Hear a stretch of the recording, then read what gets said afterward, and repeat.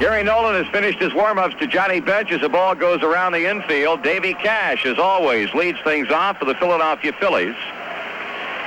Cash with 3 hits and 9 times up in this series. And again, the Phillies have their backs to the wall. They cannot afford another loss. And should this series go to a 4th game, that would be tomorrow night here. And if it goes a limit of 5, it would be played on Thursday afternoon here at Riverfront. Cash hit .284 during the regular season. Led the National League in at-bats. Nolan has a sign from Bench. The pitch to him is a fastball in for ball 1. And this game is underway. Cash to be followed by center fielder Gary Maddox and then third baseman Mike Schmidt. Cash, a right-handed batter who hangs right out over the plate, waiting on the 1-0 delivery. He swings and hits a high fly ball into center field. Should be a routine play for Geronimo, and it is. 1 away. Cash, a fly ball to center for the game's first out, and as Gary Maddox comes up, we'll check out the Reds defensively for you. At first base, Tony Perez. At second, Joe Morgan. The shortstop is Dave Concepcion. The third baseman, Pete Rose. In left field, George Foster. In center, Cesar Geronimo, and in right, Ken Griffey. Sparky Anderson has not altered his lineup personnel-wise at all in this series. Johnny Bench behind the plate. Maddox, .330 batter during the year. Waiting on the pitch, and it swung on and fouled out of play to the right. Gary has had a couple of hits and 8 trips to the plate, both hits coming in the series opener Saturday night in Philly. But finishing third in the National League in hitting with that .330 average behind the .339 of Billy Madlock and the .336 of our own Ken Griffey. He swings and fouls it straight back and out of play, and Nolan throwing strikes here to the first 2 Philadelphia batters has Maddox in an 0-2 hole with Mike Schmidt kneeling in the Philadelphia on-deck circle.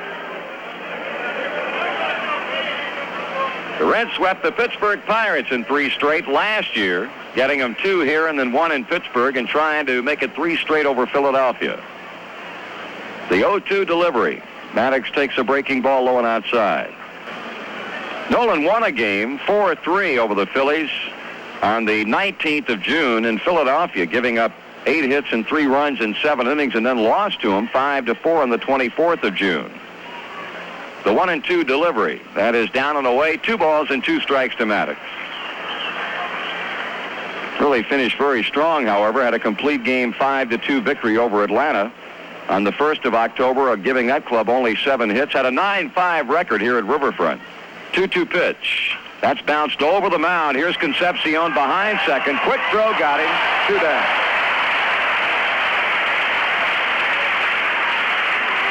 So Cash a fly ball center. Maddox a ground ball out to shortstop. Here's Mike Schmidt. Schmidt has not had a good series, and he, of course, is one of the real keys to the success or failure of this Philadelphia club. He's been up 8 times, has had 1 hit, that an infield hit, and he's driven a run across with a sacrifice fly. But a man who boasts an awful lot of power. Pitch to him, missing outside for a ball. Led the National League once again in home runs. He hit 38 this season to nose out New York Met outfielder Dave Kingman by 1. 1 ball and no strikes with 2 out, nobody on, and Nolan now down to Schmidt at 2 balls and no strikes.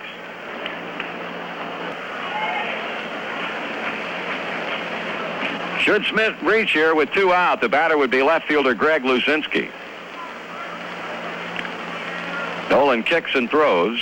Schmidt takes a strike. Right now, you've got the home plate area totally covered in shade. The pitching mound is in the bright sunlight.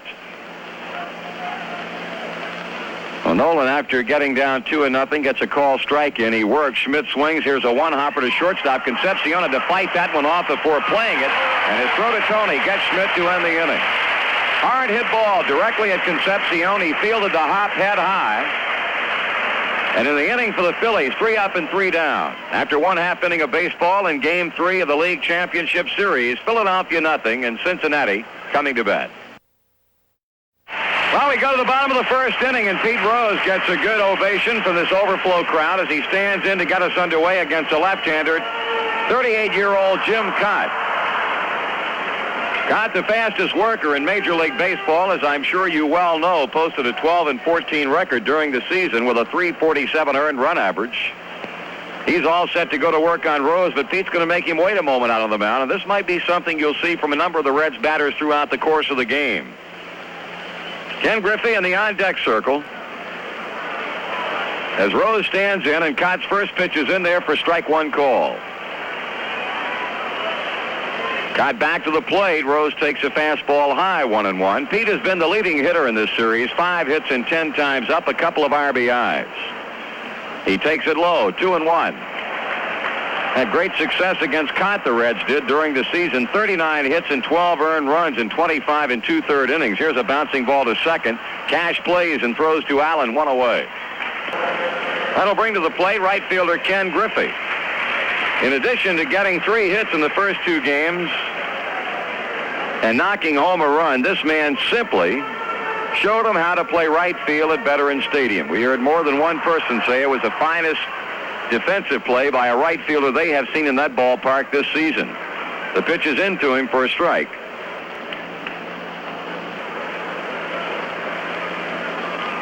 Cott delivers, pitch is swung on, shot third base side of the mound. Cott plays and throws to Allen, quickly 2 down. We'll pause for station identification on the Cincinnati Reds Baseball Network.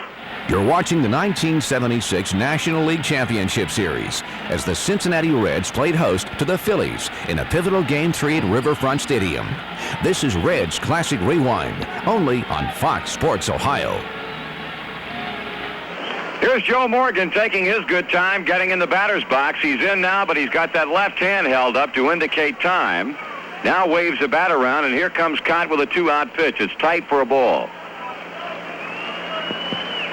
Morgan has not had a hit in 4 times up, but he has walked 5 times in 2 games. This one is swung on and chopped foul at the plate. Defensively for the Phillies, Allen, Cash, Boa, Schmidt in their infield, first, second, short, and third. Luzinski, Maddox, and Johnstone, left, center, and right, and Boone behind the plate. Head high with a heater, 2 balls and a strike. Rose is grounded to second. Griffey has bounced back to the mound. The 2-1 pitch to Morgan, swung on and popped up on the infield. That's going to be played by the second baseman, Davy Cash, in front of second base to make it. Morgan is out, and the Reds are out 1, 2, 3. No runs, no hits, nobody left. And after 1 complete, the Reds nothing and the Phillies nothing. Neither pitcher experiencing any problem at all in the first inning. Gary Nolan retiring Cash, Maddox, and Luzinski on a fly ball and 2 ground balls. Maddox and Schmidt, rather, the 2 and 3 batters. It'll be Greg Luzinski leading off the second, followed by Dick Allen and then Jay Johnstone. Should this one go to a 4th game tomorrow night, the starting pitchers in that one would be left-hander Steve Carlton for the Phillies. He'd be making his 2nd start. And so, too, would left-hander Don Gullett. Should it go to a 5th game, it would be Jim Lonborg against Pat Zachary, the 2nd game matchups in Philadelphia. Greg Luzinski owns the only home run that a Philadelphia batter has slammed in this series. He hit one a country mile on Sunday afternoon against Pat Zachary that found the upper deck about 4 rows deep at Veterans Stadium. 7 at-bats and has knocked in a couple of runs. Outfield playing him deep and around toward left as Nolan sends in the pitch, and that's over for a strike.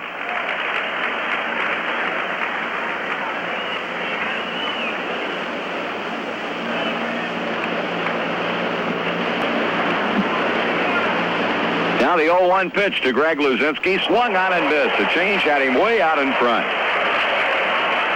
0-2 the count. Nolan on the back slope of the mound as he turns his back to the plate. Now comes back on top. And the 2-strike pitch. That is in the dirt and knocked down by Johnny Bench. Gary Nolan not nearly the worker.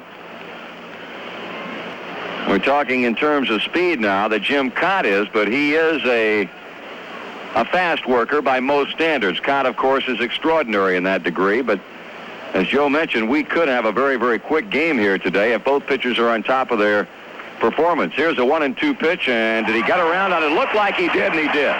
First base umpire Ed Bargo punches out Greg Luzinski, who tried to hold up on the swing but could not. Marty, that might have been as good a fastball as Gary Nolan has thrown all year. It was an excellent pitch right in on Greg, and had a little mustard on it. One away as Luzinski is struck out, and here's Dick Allen. Our plate umpire is Dick Stello. We mentioned Bargo at first, Doug Harvey at second. Terry Tata is the umpire at third base. The pitch to Allen, taken for a strike. On the left field line is Ed Sudol, and on the right field foul line is Jerry Dale. Nolan has retired the first 4 Philadelphia batters to face him. We're 1 out into the top of the second, no score. This one is swung on and hit in the air to center field. Geronimo and Griffey come together, but the Chief will play it, and they're 2 away.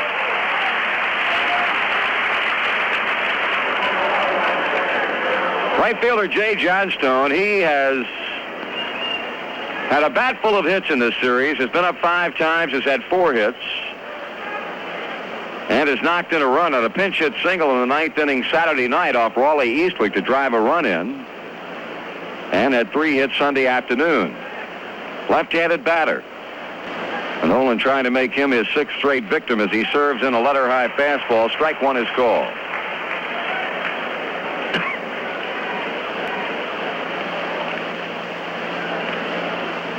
The on-deck batter, catcher Bob Boone, with 2 out. Johnstone bunts third base side. Rose just has to let that one roll, and that's a base hit. Pushed it right down the line. It refused to go foul. Its course was true all the way down the line, so Johnstone with a 2-out bunt single here in the second that keeps things going for Bob Boone, the catcher.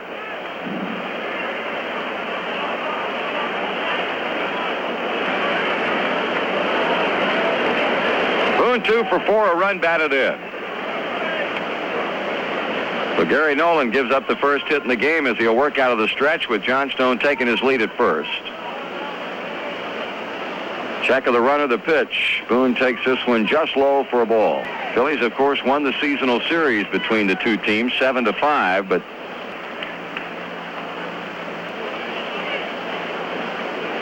as things unfolded in Philadelphia Saturday night, that had no bearing whatsoever on what might transpire in this series, and so far it has been all Cincinnati.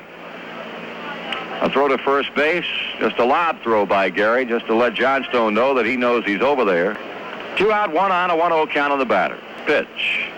Swung on and hit in the air to left center field. Going back is Foster. Ball hit well. George has run at the fence and makes the catch. He reached up at the 375 marker and picked off a long belt off the bat of Bobby Boone, and that's the inning. No runs, 1 hit. 1 man left in the middle of inning number 2. Cincinnati nothing and Philadelphia nothing. Tony Perez for openers in the home second. While not yet coming up with a hit in the series, he's had a couple of RBIs. The pitch to him is down and away for a ball. Hit that controversial line drive Sunday. 2 balls and no strikes, and an error was charged against Dick Allen on. 2 runs scored, and the turnaround inning, so to speak, for the Reds. Here's a swing and a foul out of play. 2 balls and a strike. Foster on deck, Johnny Bench to follow him. No score. Reds were out in order in the first. Perez swings, hits a line drive to left center. That gets by Gary Maddox. He tried to shoestring it, now recovers to hold Perez to a single. He got his glove on the ball and fortunately took some of the steam out of it. Otherwise, that ball would have been all the way to the fence in center field. But an absolute shot off the bat of Perez, the first Cincinnati hit on the afternoon.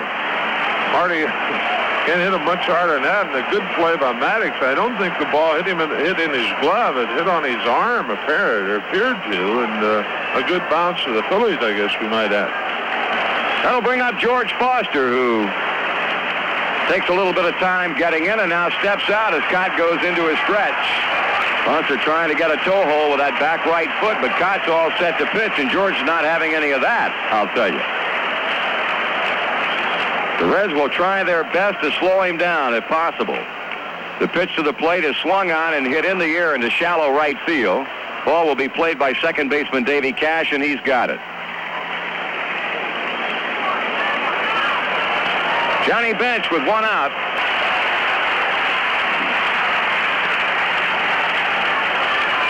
Johnny 3 for 9. Couple of singles, a double, and 9 times up.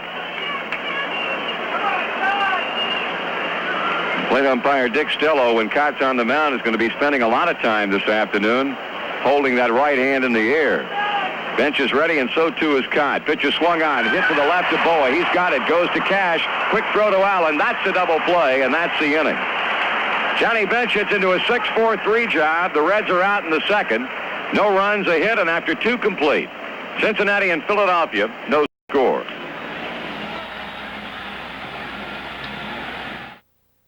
In the third inning, a little shortstop for the Philadelphia Phillies. Larry Boa will start things off, and here to call the play-by-play for you, Joe Nuxhall. All right, Marty. Larry Boa is 0 for 5 in the 2 games played thus far in the championship series. He's been on a couple of times with walks. Gary Nolan, through the first 2 innings, has allowed just the 1 single, a bunt single by Jay Johnstone with 2 out. In the second inning, he struck out 1, that being Greg Luzinski, leading off the second. Boa on the year for the Phillies wound up with a .248 batting average. Hitting left-handed, he hit .262.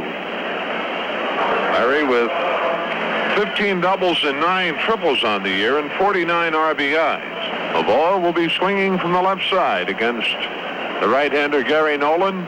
Tony Perez in a bit at first as Nolan delivers, and Boa swings and hits a 1 bouncer to Morgan. Nolan's going to have to hurry. He gets there in time. Close play.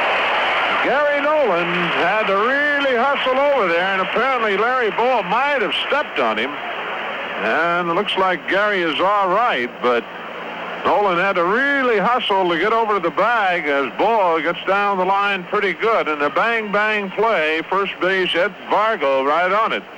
Goes up that right hand. A 1 pitch, 1 out here in the third inning for Philadelphia, and here's Jim Cott.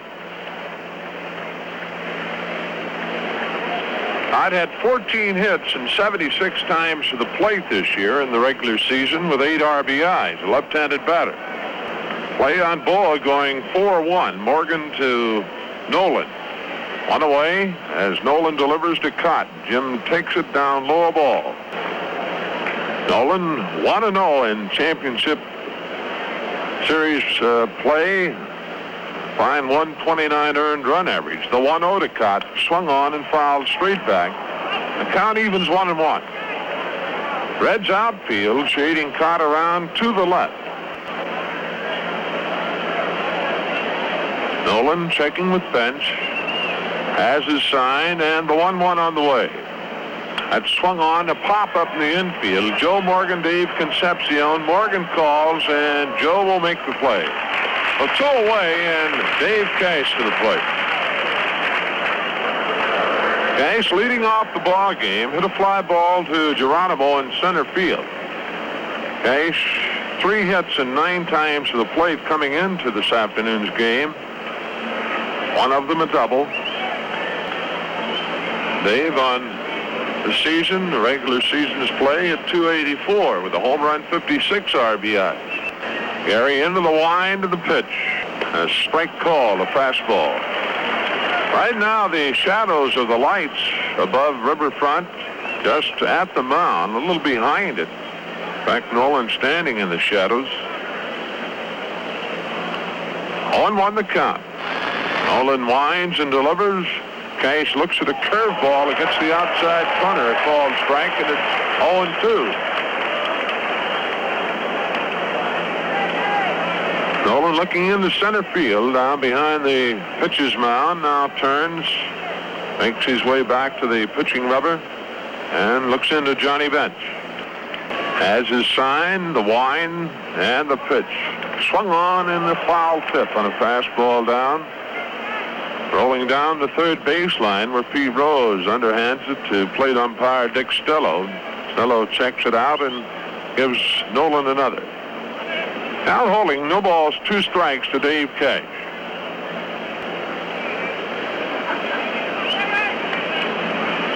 Bobby Wine, the first base coach for Philadelphia. Billy DeMars around at third. Here's the 0-2 again. Fastball swung on and hit into right center field. That'll be a base hit. Griffey cuts it off. Cash makes the turn and holds it first with hit number 2 off Gary Nolan. Cash's 4th hit in the series. Oh, with 2 away and Cash at first base, that'll bring Gary Maddox to the plate. Maddox bounced over the mound, and Dave Concepcion fielding him behind second base and throwing him out in the first inning. Cash a good lead at first. Nolan the stretch throws over to first, and Cash steps back. Cash stole 10 bases this year, was caught 12 times. Nolan the stretch. And the pitch. Maddox, the bunt out in front of the plate. Bench on it. Throws on to Perez, and that's it. Looked like Maddox had a little indecision in his mind. A curveball, and bunted it right in front of the plate where Bench went out barehanded and threw him out easily. So for Philadelphia in inning number 3, no runs, they get a hit. They're second, no errors, and a runner left on base. And at the middle of the 3rd, the Phillies nothing, the Reds nothing. The Reds in the 3rd inning will send up the bottom 3 in the order: Concepcion, Geronimo, and Nolan. Dave Concepcion, 3 hits and 9 times to the plate here in the first 2 games, one of them a double. Dave has struck out a couple of times and has stolen a base. Phillies throwing the ball around the infield and giving it back now, Mike Schmidt to Dave Cash, and we'll have to hold up.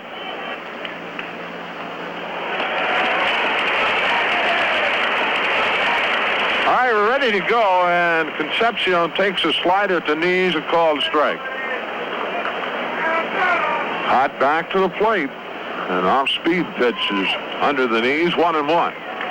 Jim Cott does not fool around. Concepcion away from the plate, now back in. Cott shakes off a couple of signs, and the 1-1 delivery. Swung on the ground ball. Bull at short has it. He throws on to Dick Allen, 1 away. With 1 out, Geronimo steps in. Cesar, a 125 batting average. He's had a hit in 8 times to the plate.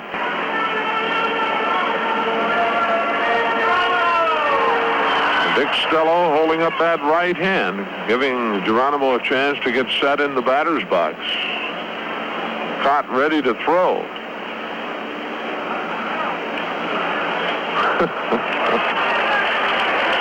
Cott delivers a pitch, but Stello with that hand still up. Here he comes again. There's a broken bat. Nice play. Mike Schmidt backhands, long throw, and he got him. Geronimo, a broken bat low liner, had Schmidt backhand on the first hop and threw him out easily. 2 out, and Gary Nolan to the plate. Nolan on the year hitting, had 8 hits and 79 times up. Cott delivers, and Nolan swings and lines it foul off to the right. The 2 out, and the base is empty. Cott back to the plate, inside with a slider, 1-1. Reds with 1 hit off Cott. That was Perez's leadoff single in the 2nd. There's ball 2, fastball that's low. 2-1 the count. Boone out in front of the plate, yelling something to Jim Cott. Now settles back behind the plate as Cott delivers. Nolan looks at it up high. 3-1, and Cott asks for another baseball. Dave Cash, the second baseman, about 10 feet beyond the back line. Pitch to Nolan is ball 4, high and outside. Well, maybe this will get things underway for us with 2 out. Pedro Bourbon in Sunday's game, if you'll remember, struck out in the 7th inning, but reached as the pitch got away from Bob Boone, reached first base, and the Reds went on to score 2 times in the inning. So Nolan at first base, 2 away. Rose in the first inning, bounced to Cash at second base. He had a .500 batting average coming into this afternoon's game. 5 hits and 10 times up. He swings and fouls. The first pitch well down the right field line and back into the green seats. 0-1. Nolan at first. Cott sets and delivers. Rose swings, bounces it over the middle. There's Cash. He goes to the bag. The force of Nolan, and that's it. In the inning for the Reds, no runs, no hits, no Philadelphia errors, and 1 runner left on base. And at the end of 3, the Phils nothing, the Reds nothing. Where do Well, the totals for 3 innings look like this. The Phils, no runs, 2 hits, no errors. The Reds, no runs. They've had 1 hit, no errors. For Philadelphia, Mike Schmidt will lead it off in inning number 4 for the Phils. And back to the action, Marty Brennaman. Okay, thank you, Joe. We've had 3 bang-bang innings of baseball here. The 2 Philadelphia hits owned by Jay Johnstone, a bunt, and Davy Cash a single to right, while the Reds have had the 1 hit by Tony Perez off Jim Cott. So these two guys have served up 3 impressive innings of baseball on both sides of the fence. Schmidt is 0 for 1. He bounced out to shortstop in the first inning. Gary Nolan a little bit late getting out to the mound after being a base runner in the third with a base on balls from Cott.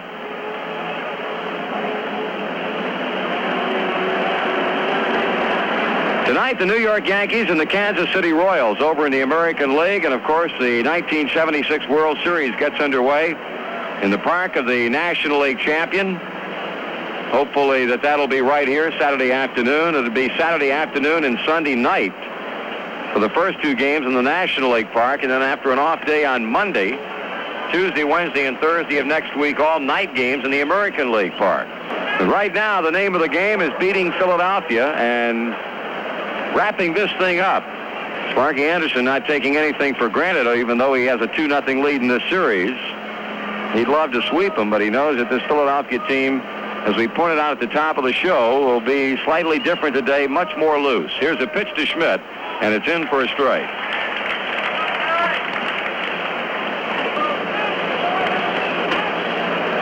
Actually, these 2 pitchers were matched against each other twice during the regular season, Cott and Nolan. Gary's 0-1 delivery. Schmidt takes it inside for a ball. Nolan was a loser on the 24th of June, 5-4, but Cott wasn't involved in that decision, and then neither was involved in the decision here at Riverfront on the 26th of August. So this will be the 3rd time total that these 2 guys have matched up. That one played out of the dirt on a hop by Bench. 2 balls and a strike. Mike Schmidt, the batter, as we are in the top of the 4th inning, no score. Greg Luzinski on deck. He'll be followed by Dick Allen. Now plate umpire Dick Stello inspecting the baseball that Gary Nolan has been playing with. Likes what he sees and sends it on back to the mound. Schmidt waving the bat around. Takes it high, 3-1. So Gary Nolan a pitch away from issuing a walk to Schmidt, and that's something that Nolan does not do very often. In fact, he issued the fewest walks among starting pitchers this year. Here's a smash and a base hit down the left field line off the 3-1 pitch. Here's Foster playing it on the carom as Schmidt rounds first and goes in standing up with a leadoff double. Well, Mike Schmidt got his pitch and rammed one between Rose and the third base bag for a double to left. So the Phillies have their 3rd hit. And the first scoring threat in the game posed by either club was Schmidt at second base and Greg Luzinski at the plate. Talking about the walks that Nolan gave up, he issued only 27 in 239 innings. Luzinski looks at a strike at the knees. He was a strikeout victim of Gary's in the second, the only strikeout Nolan has had so far. In fact, the only strikeout in the game. Cott has not fanned anyone in 3 innings. Schmidt looking around as he walks off the base. The 0-1 swing and a missed strike 2.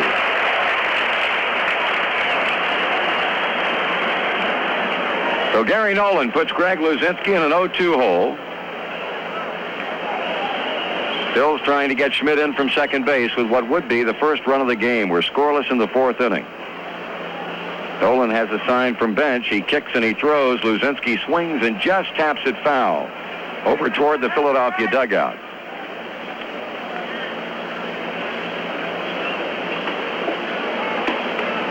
Count stays at no balls and 2 strikes. Outfield playing the bull exactly as they did in the second inning when he was up for the first time, around toward left and deep. Morgan shading him toward the second base bag while Perez is pulled well off the line at first. That is hit to right field. Here's Griffey. He'll not be able to get it. It's by him and will score Schmidt. Luzinski comes to second, and the throw will not be in time. He slides safely in, and the Phillies take a 1-0 lead. Back-to-back doubles by Mike Schmidt and Greg Luzinski as Luzinski goes the other way, and that's something you'll not see him do very often.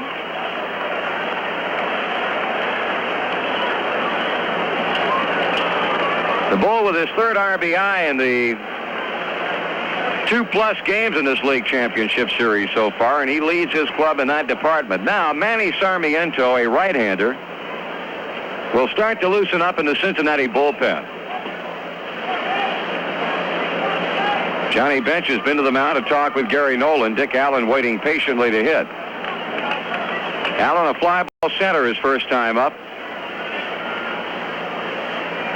The pitch to him, swung on and fouled off to the right of the plate, and that ball will carry back into the seats.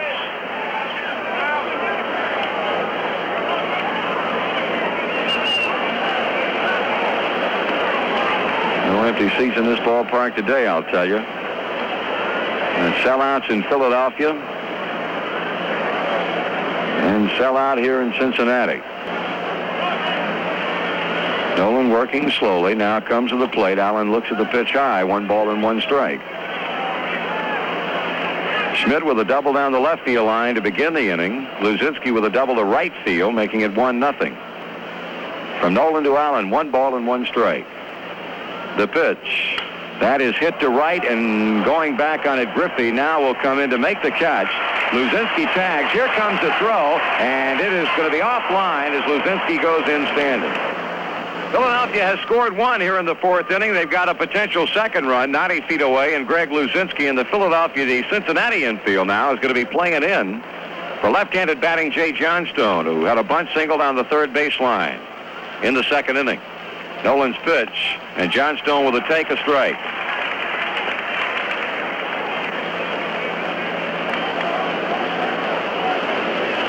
Sarmiento loosening up in our bullpen. Nolan glancing Luzinski's way, delivers to the plate. That's bounced foul off the first baseline. It's 0-2. No balls and 2 strikes on Jay Johnstone. Well, Nolan will have to do a bit of nifty pitching right here against a guy who had his best year yet in Major League Baseball. .318 batter. More often than not will put the bat on the ball, and that's exactly what the Phillies are hoping he can do here to get Luzinski in with their second run. The pitch. That is grounded to the right side. Perez has the ball come up on him, knocks it down, plays it, and gets the out. With Luzinski holding at third base, that a mighty, mighty big out. Out number 2, and the hitter will be Bob Boone. Marty, a pretty good changeup right there by Gary. Really had Jay way out in front. In fact, his bat wound up almost as far as the ball went. Well, it appeared the ball might have hit in the seam in the AstroTurf at first base. It came up. Perez cradled it in his midsection to knock it down, and still had plenty of time to retire Johnstone. Now Bob Boone, as the infield drops back to normal depth, takes a strike. Concepcion playing very, very deep for Boone, standing on the back white line at short. Foster had to go to the wall at the 375 marker to bring down this man's blast in the second. The Phils have scored a run on back-to-back doubles by Mike Schmidt and Greg Luzinski. Luzinski standing at third. They're 2 away in the fourth inning. Stretch the pitch. Breaking ball off the plate, 1-1.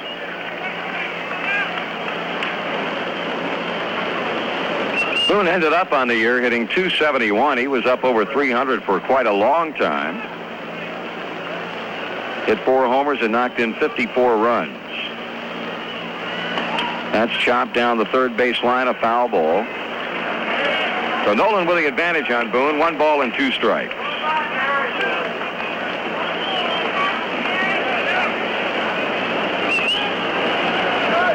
Run on 4 hits for the Phillies. No runs and 1 hit for Cincinnati.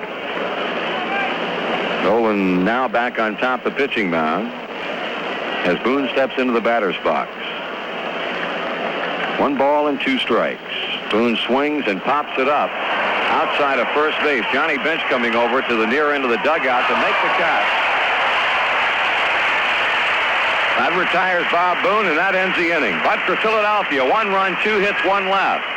After 3.5, the Phils won, the Reds nothing.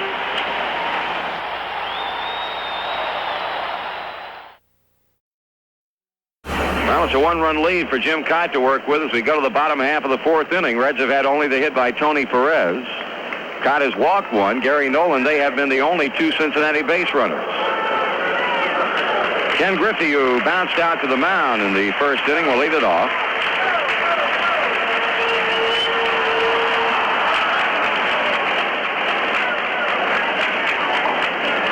Here's Cott's pitch, and Griffey with a take. Ball one is high.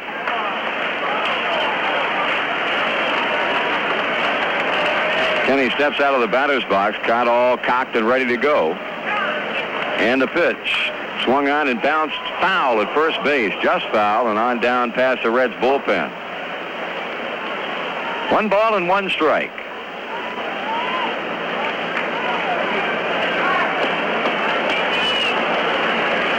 Griffey bunts third base side. Here's Schmidt up quickly with the ball. Throwing to first in time. Well, Kenny trying to bunt his way on, but Schmidt playing that bunt attempt to throw him out and bring on Joe Morgan.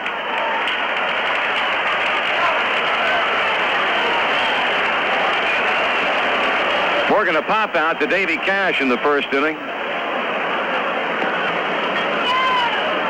Joe's still looking for his first hit. He's now 0 for 5 officially. Cott delivers, but Morgan had called time and steps out. And now Jim Cott a little bit upset with plate umpire Dick Stello that he ruled that no pitch. And so too is catcher Bob Boone. Morgan fouls it off to the left. It'll be out of play.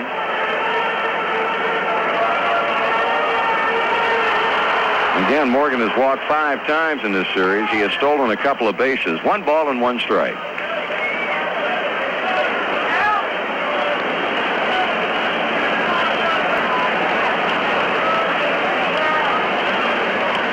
That's a strike. Morgan with a take, and he's behind at Jim Cott at 1 ball and 2 strikes.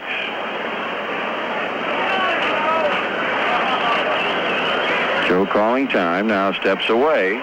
Jim Cott can be a very great distraction. And Joe Morgan is making sure he's ready now. He steps away as Cott came to the plate. He was not ready. We saw him do this to Cott in August.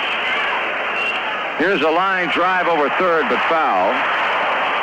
And it really seemed to unravel Cott. It was in the extra inning wrap-up to the series, the game in which Cott came on to work in relief. He was a losing pitcher. Morgan with a bang to the right side of the infield, but Cash has it on 2 hops, and the throw is in time. Just got him, though. Davy Cash's throw to Dick Allen was high and off to the left. Morgan really coming down that line, turned it into a close play with his speed. 2 out. Tony Perez, the owner of the only Cincinnati hit, takes a strike.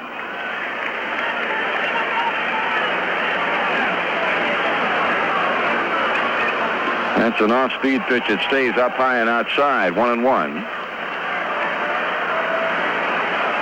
1-0 Phillies. Bottom of the fourth inning with 2 out. Perez a swing and a foul of the screen.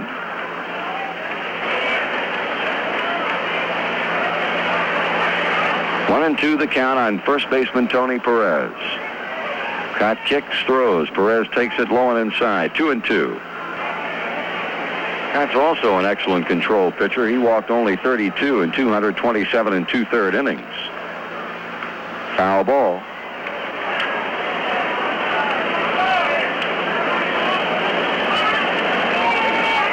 Man who has seen World Series competition with Minnesota and playoff competition with that club. Perez fouls a pitch away. He was in a series with the Minnesota Twins way back in 1965 when he had 3 decisions, 1 winning one. And then in the 70 playoffs, he was 0-1. Bouncing ball to the left. Schmidt plays belt tie, throwing to Allen. That's it for Perez, and that's it for the Reds. 3 up and 3 down. We have completed 4. The Phillies 1. The Reds nothing. Philadelphia got to Gary Nolan for a run in the last inning. The only run so far scored in this 3rd game of the 1976 League Championship Series. Larry Boa, Jim Cott, and Davy Cash is how they'll line up in the Philadelphia 5th inning.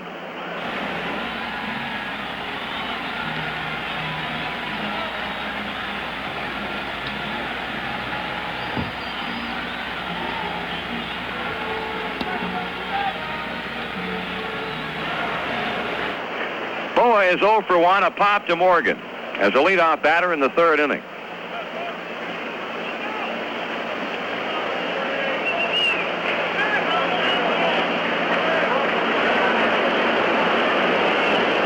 Pitch is cut on and foul, straight back and out of here. Bo also is looking for his first hit. He's now been up 6 times. And as always is the case when he plays the Reds, Rose playing very shallow at third. The pitch is taken just outside, 1-1. Larry with an off year hit only .248. The 1-1 delivery. That is hit in the air to left center field. Foster flips the glasses down and runs under it to make the catch.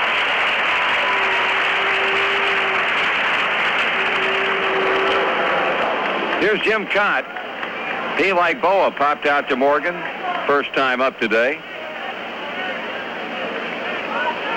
Philadelphia scored in the fourth inning on back-to-back inning opening doubles by Mike Schmidt and Greg Luzinski.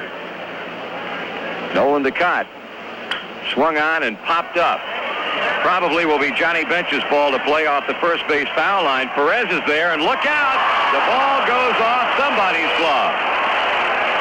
Now Tony Perez and Johnny Bench with a mix-up.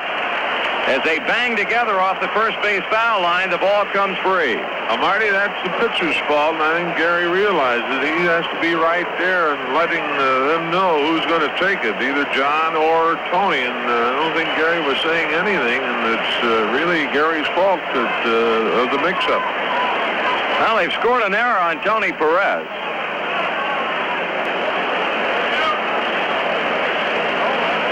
Here's a pitch to Cott, taken on the inside corner for a strike. No balls and 2 strikes. He's kind of not a bad hitting pitcher by any means. He has 14 career home runs to his credit.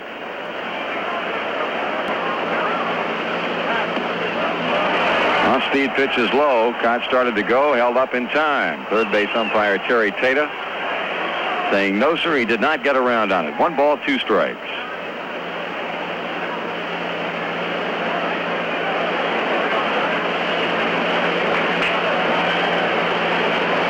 Trying to put him away with this pitch, but misses down and in. 2-2. Talk about a physical specimen, boy. At 37 years old, I think we said 38 earlier. Cott will be 38 on the 7th of November. 6'5", 215 pounds. He was born in Zeeland, Michigan. Now makes his home in Apopka, Florida. And there is not an ounce of flab on this guy. He fouls it away. He is the winningest active pitcher in Major League Baseball. 12 wins he had in 1976 give him 247 career wins.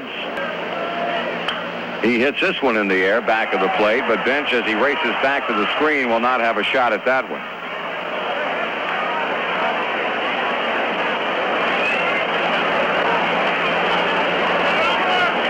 With a holding count of 2-2. With Davy Cash on deck, 1 out. Nolan has been touched for 4 hits and a run. Cott waiting, and a pitch. That is hit to right field for a base hit. Well, the error turns out to be a costly one in terms of an out being made. Instead of Cott being retired on the foul pop, he gains a reprieve and makes the most of it with a single to right field.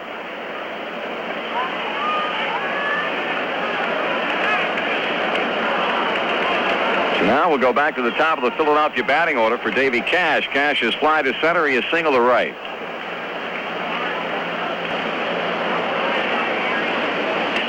Ball to him.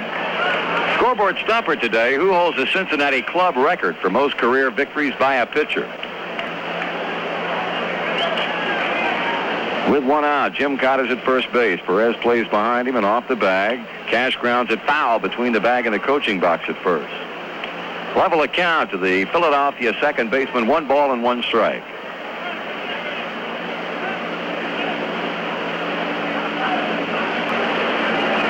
Nolan trying to wrap it up for the Reds in 3 straight.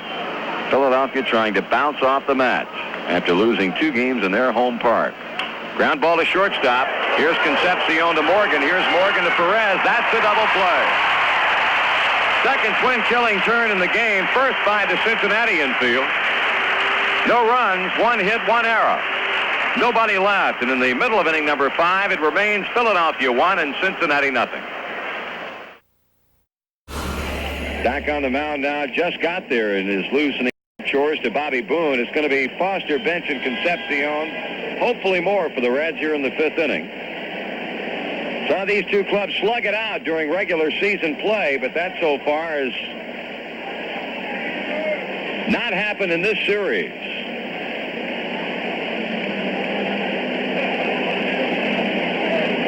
Of course, we still have not had a pitcher go the distance. The longest stint by a pitcher in the regular season and a carryover into the playoffs was the 8 innings of work that Don Gullett turned in on Saturday.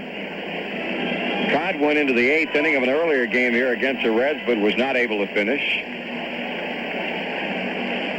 And the regular season was simply a hitter's 12-game series, but we've seen some fine pitching, predominantly from Cincinnati hurlers so far here.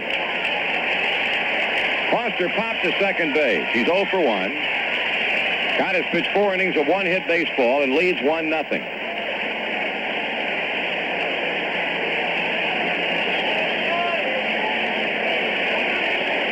Got into the plate. Foster with a swing and a high fly ball into right center. Gary Maddox racing over. Johnstone calling. Maddox calling, and Johnstone stayed there to play it. 1 away. Bring up Johnny Bench, who hit into a 6-4-3 double play in the 2nd. Of course, we saw the Reds no-hitted for 5 innings Sunday by right-hander Jim Lonborg, only to eventually emerge a 6-2 winner in that game. 1-0 Philadelphia in the bottom of the 5th. Bench swings and fouls to the screen, a strike.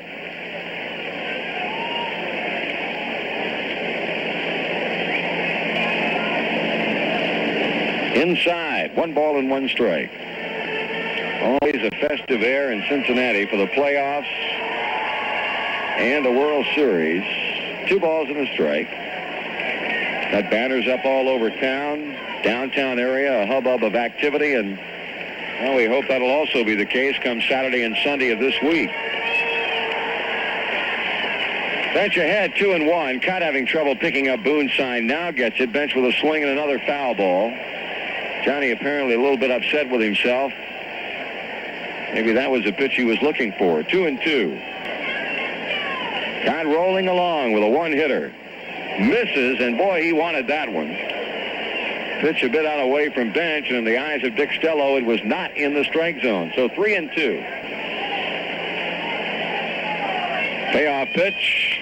That is a high fly ball. Left center field. Backpedaling Maddox. Shielding the sun with his glove and makes the catch. 2-out batter will be Davy Concepcion.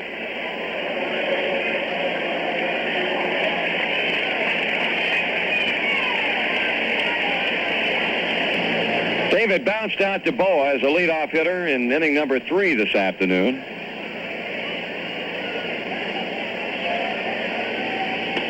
High fastball for ball 1.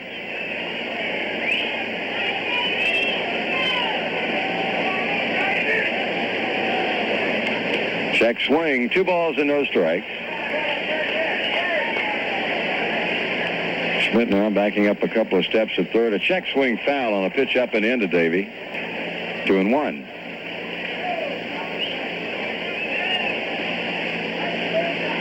Concepcion now calling time as he checks out things with third base coach George Scherger.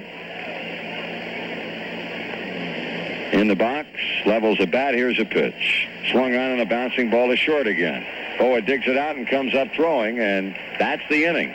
The Reds are out 1-2-3 for the 3rd time in 5 innings in this game. And at the end of 5 complete, it's the Phils 1, the Reds nothing. I got $583 from cashforgold.com. Tactic today.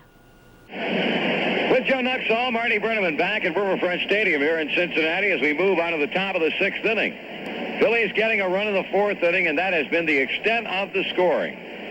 Right-hander Gary Nolan against left-hander Jim Cott. And except for that one inning that Nolan had to suffer through, it has been excellent pitching by both starters. To lead things off for the Phillies, it'll be center fielder Gary Maddox. Has twice been thrown out on balls hit in the infield. A ground ball to short in the 1st, and in the 3rd tried to butt his way aboard. And was gunned down Johnny Bench to Tony Perez.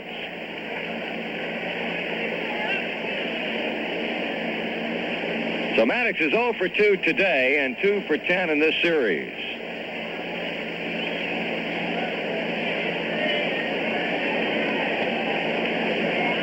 Right-handed batter waiting on Gary Nolan. Pitch is cut on, foul ball. That'll find its way to the Philadelphia dugout. Well, the American League Series now is short of going no less than 4 games. The Yankees win the first when Kansas City came back to take the second one Sunday night. Here's a grounder to short. Concepcion on to first. 1 away.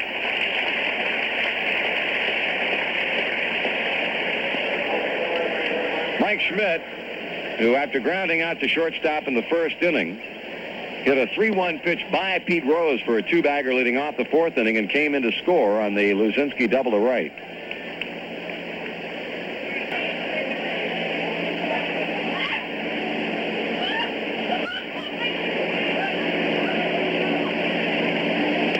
Strike is called.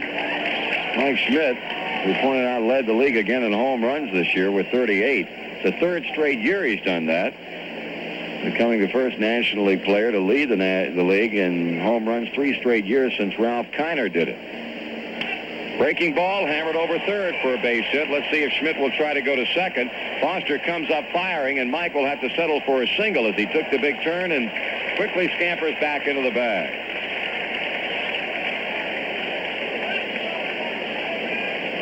So Schmidt 2 hits and 3 times up. The Phillies now total 6 in the game. The hitter will be Luzinski, who is 1 for 2, that double to drive in the 1 run of the game. You're watching the 1976 National League Championship Series as the Cincinnati Reds played host to the Phillies in a pivotal Game 3 at Riverfront Stadium. This is Reds Classic Rewind, only on Fox Sports Ohio.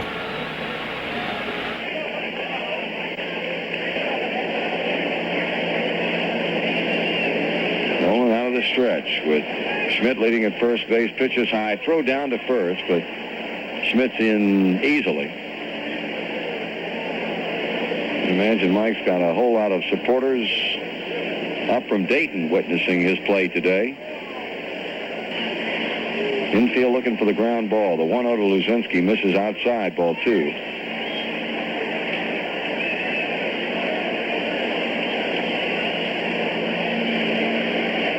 Two balls, no strikes. 1 man out. Maddox grounded to short to begin the inning, and Schmidt has singled to left. On the top of the 6th, the pitch.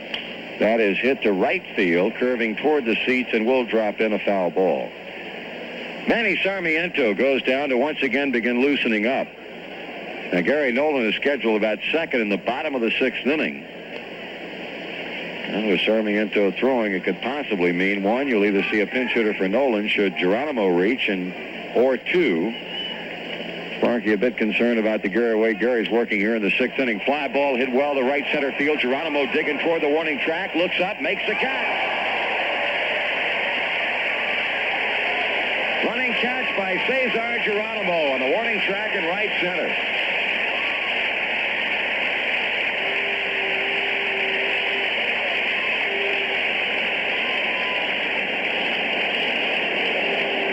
Two away, and he had to go a long way for that ball.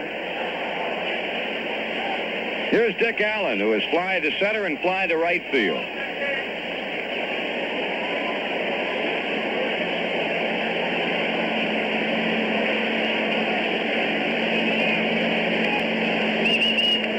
Schmidt with a lead. Nolan with a check of him and delivers high and tight to Allen. A ball. Focal point of much of the controversy on this Philadelphia club this season. But a man with Despite what you think of him, some talent to play the game. Schmidt goes, pitches foul. Well, Mike Schmidt running on the 1-0 pitch to Allen. Allen with a foul off the end of the bat. 1 ball and 1 strike.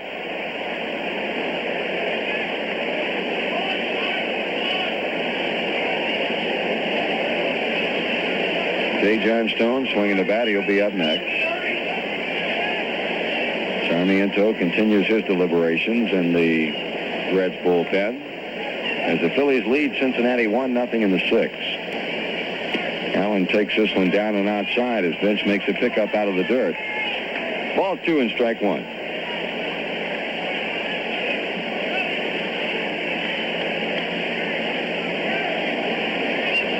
Give Allen a lot of room along the left field foul line and also in left center, despite the fact that he is a right-handed batter. Geronimo shading him toward the right center field gap, and Griffey playing him deep and straight away and right. Now Bench and Nolan want to get together as Gary signals for John to come on out there.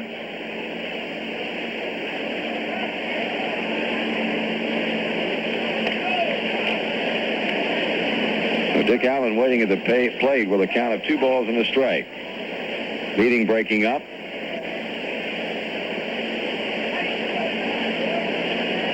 Gary in almost perpetual motion today. Walking around that mound, windmilling his right arm. Now studies a sign flashed by Bench. Comes set, throws to first. Schmidt is back.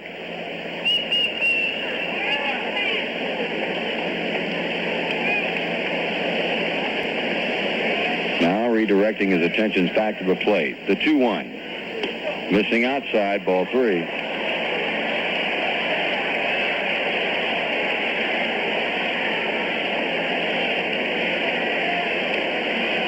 Gary has given up 6 hits in as many innings, but to his credit, the Phillies have been able to get to him for only 1 run.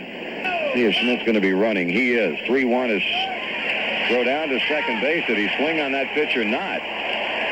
Now let's see what the third base umpire or first base umpire says. Ed Bargo says no. It looked like Allen might have gotten around. Bench threw down to second, but it's ball 4. So the Phillies have 2 men on with 2 out to bring up Jay Johnstone.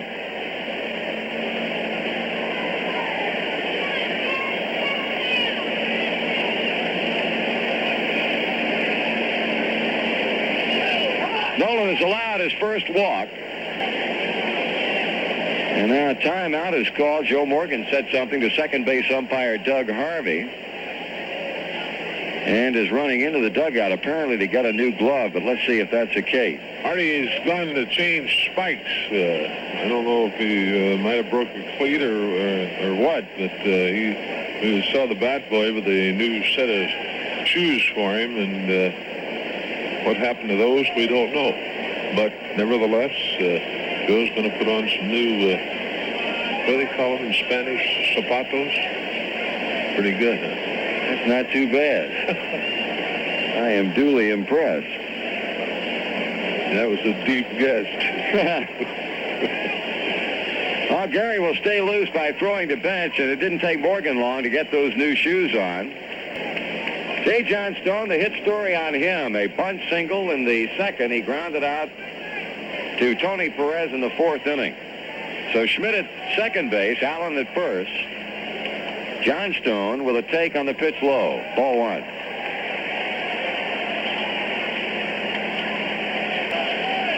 Billy DeMars and Bobby Wine, the coaches for the Phillies. DeMars third, Wine first. Foul to the screen, 1-1. DeMars shouting out something to the runner at second base, Mike Schmidt. Nolan trying to get the final out of this 6th inning and keep the deficit for Cincinnati right where it is at 1. Johnstone and the 1-1 pitch. Here it is. Fastball inside, ball 2. Bench bluffing a throw down to second base as Concepcion was sneaking in behind Schmidt.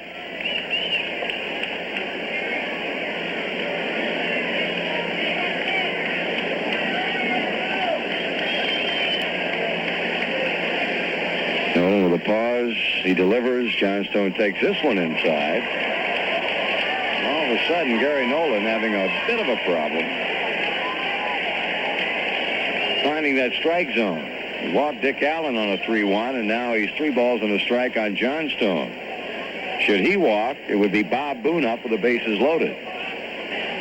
And Johnstone already on the 3-1 pitch had swung on and popped up back of the plate, but no play for Johnny Bench.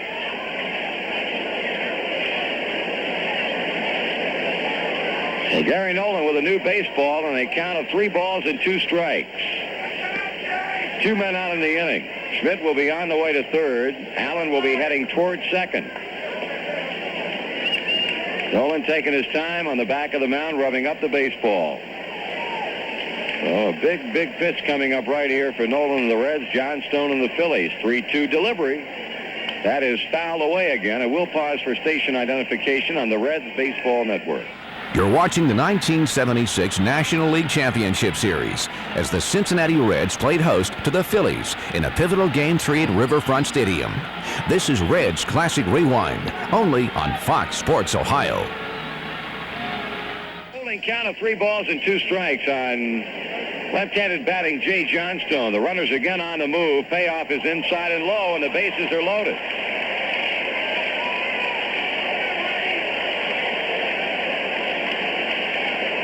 Uncharacteristic for Gary Nolan,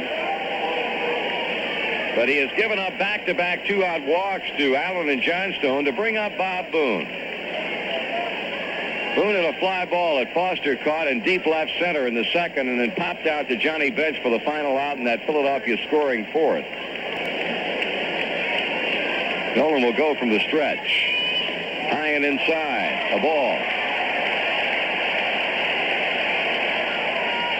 Now Larry Shepard is going to come to the mound, our pitching coach, and we'll be joined there by Joe Morgan.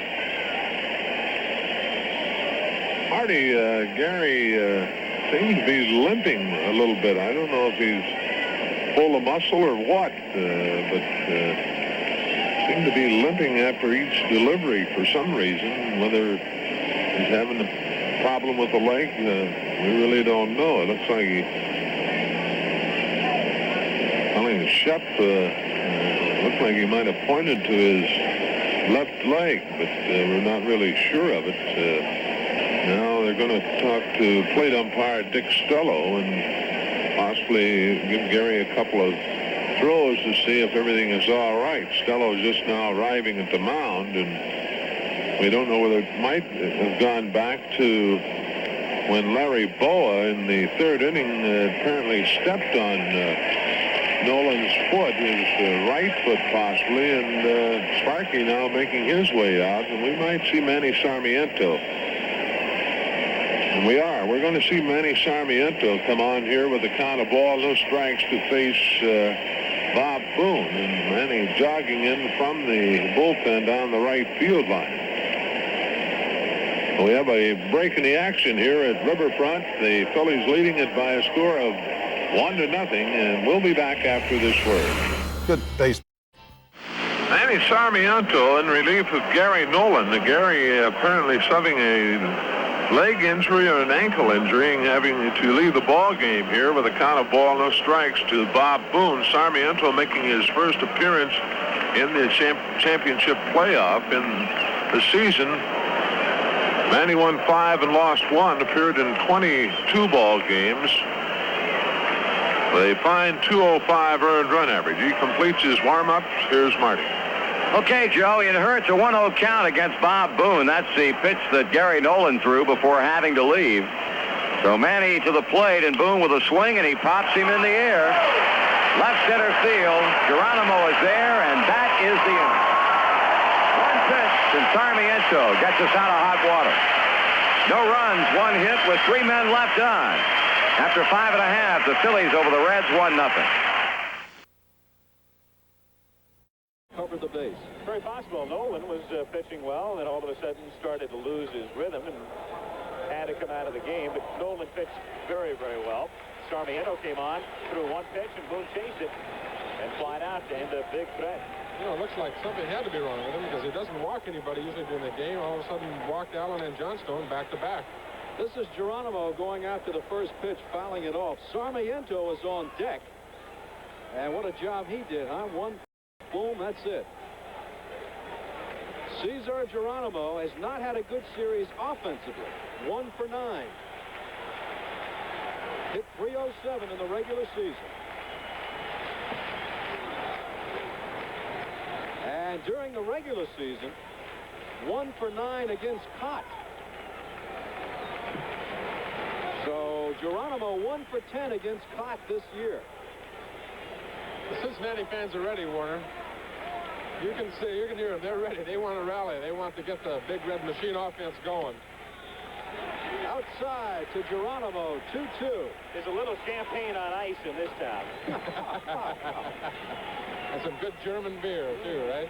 2-2 to Geronimo, out of play. A chance right then, of course, in the top half of the sixth for the Phillies to break it open. But the score remains 1-0. And as Joe Morgan said, when we trail 1-0, that's no lead. Swing and a miss, that's it for Geronimo. Cott's first strikeout. Geronimo is now 1 for 11 against Cott this year. You know, after he gets by Sarmiento, then it's really going to be interesting because Cott this season quite often will go through the order a couple of times, and then you'll start to gauge him a little bit better the third time around. And now after Sarmiento, the lineup has been turned over twice. His motion is very deceptive, and that's one of the things that makes him an effective pitcher. Exactly right, Al. Once you do see him a couple of times, you begin to get comfortable up at the plate with him. Sarmiento, as a batter, has never had a base hit in Major League Baseball. Went to bat 7 times this year, 0 for 7. The Reds in trouble. I mean, they've had a lot of trouble with Cott today. They still only have 1 hit and really have not hit the ball hard all day. Cott looks to me as if he's throwing very well. You have to be extremely strong to throw with his kind of motion, with his mechanics, with a tremendously strong arm and shoulder. Cash to Allen, 2 gone here in the 6th. And that'll bring up Pete Rose. Rose, who holds just about every offensive record in playoffs. Don't forget, of course, the story last night, the erroneous story, which Rose denied earlier today. False. He does not want to be traded. A false story. Pete Rose, most hits in championship play, most doubles, most singles, most total bases, most hits. You can hear the hand he got when he came up there. These fans know that he's the guy that gets this machine going. They're looking for a base hit from Pete, but that's a ground ball to Cash. It was about easy at first. That's it for the Reds. 1, 2, 3. They go down, and after 6 complete, Jim Cott working on a strong one-hitter. It's Philadelphia 1, Cincinnati nothing. Manny Sarmiento will be beginning his first inning after coming on to retire Bob Boone in the 6th inning to leave the Phillies with the bases loaded. It's going to be Larry Bowe to lead off, and back to call the action for you. Here's Joe. All right, Marty. Bowe 0 for 2. He grounded to Morgan. Morgan throwing to Nolan in the 3rd inning when Gary might have pulled the groin. Then in the 5th inning, hit a fly ball to Foster in left field. Ron Reed starts throwing down in the Philadelphia bullpen.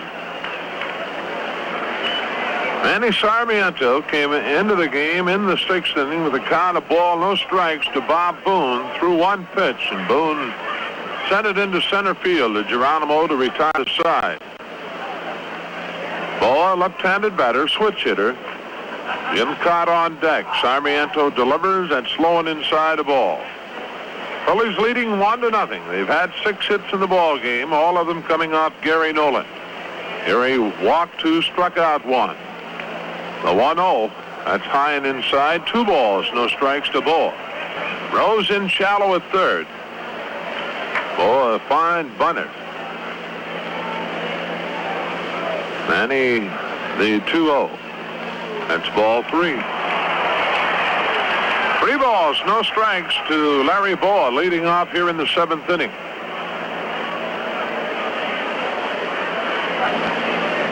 Ball Ball without a hit in the championship playoffs so far. He's 0 for 8. There's a strike, 3-1. The outfield about straight away to Larry and pulled in a bit. Sarmiento's 3-1 delivery. Strike 2. Full count now to Larry Boa as Pedro Borbon heads to the Reds bullpen to start throwing. Sun right now, right in the pitcher's eyes on the mound. And he has the sign from bench and the payoff on the way. That's low and inside, ball 4. Now Larry Boa draws a leadoff walk here in the 7th against Manny Sarmiento. And Boa led the Phillies in stolen bases this year with 30. Jim Cott will be the batter. Cott popped out to Morgan in the 3rd inning, and then after his pop-up was mishandled by Perez and Bench. In the 5th, single to right. He owns one of the 6 hits in the ball game. Cott, a left-handed batter. Ball off the bag at first. Sarmiento has his sign. The stretch. And Scott squares to bunt and does first base side. Perez picks it up, throws to Morgan, and moving on to second base is Larry Boa. So a good bunt by Jim Cott. Play going 3-4. Boa now at second base with 1 away, and Dave Cash to the plate. Cash 1 for 3. Fly ball to center in the 1st, single to right in the 3rd, and grounded into a 6-4-3 double play in the 5th. Ron Reed in the Philadelphia bullpen. Pedro Borbon in the Cincinnati bullpen. Sarmiento the stretch. Checks Boa at second, delivers, and Cash looks at it, a strike on the outside corner. The Reds outfield for Cash around to the right. A lot of room down the left field line. Sarmiento to the belt. His pitch. That's inside. 1-1. Cash was up 666 times this year. That led the National League. A 1-1 on the way. Swung on and hit well to left field. Going back, Foster has room, and at the edge of the warning track, hauls it in. Dave Cash hit the ball pretty good out left field way, and George makes the easy catch. 2 away now, and Gary Maddox to the plate. Maddox 0 for 3. Grounded to short in the 1st inning, and then a bunt attempt in the 3rd in front of the plate where Bench picked it up and threw him out, and then grounded to Concepcion again in the 6th. A 2 away now. Sarmiento delivers, and Maddox swings, pulls it down the left field line, a base hit. That'll score Boa easily. Maddox on his way to second. He's in, standing with a double, and the Phils lead it 2-0.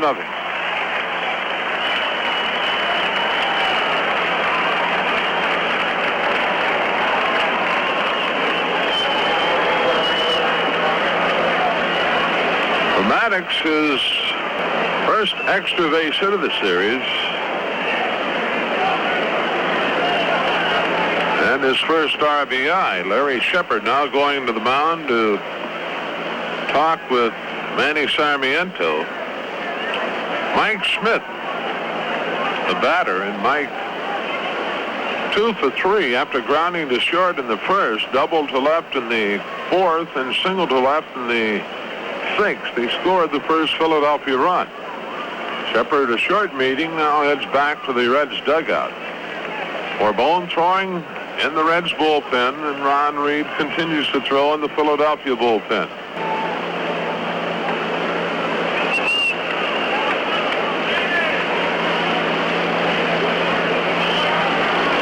Maddox at second, 2 away. Sarmiento the stretch. And the pitch, and Schmidt swings, ground ball fair down the left field line. That'll score Maddox. Foster playing it down in the corner, and now up with the ball as Schmidt coasts into second base with his 3rd base hit of the ball game, and here comes Sparky. Well, Mike Schmidt, 3 straight base hits now, 2 doubles, and an RBI, and the Phils lead it 3-0. Back-to-back doubles, Maddox and Mike. That'll bring on Pedro Borbon. Manny Sarmiento works 1 inning. He's up 2 hits, walked 1, and 2 runs, both of them earned. Borbon coming on, and this is Pedro's second appearance in the championship playoffs. Pedro worked 4 shutout innings in Philadelphia Sunday, allowed 4 hits and walked 1. The Phils picking up 2 here in the 7th inning and lead 3-0. Phillies now with 8 hits in the game. The Reds have had just 1, and that was Tony Perez. Second inning single, and that's been it. Reds have really not hit a ball hard off Jim Cott to this point, other than Perez's single to center. Pedro Borbon is having some neck problems, but certainly pitched well in Philadelphia Sunday. He'll be facing Greg Luzinski, and Greg 1 for 3, struck out in the second, doubled to right in the fourth to drive in the first Philadelphia run. Then a fly ball to deep right center field that Geronimo hauled in a step away from the fence. Borbon completes his warm-ups. 3-0, Philadelphia leading.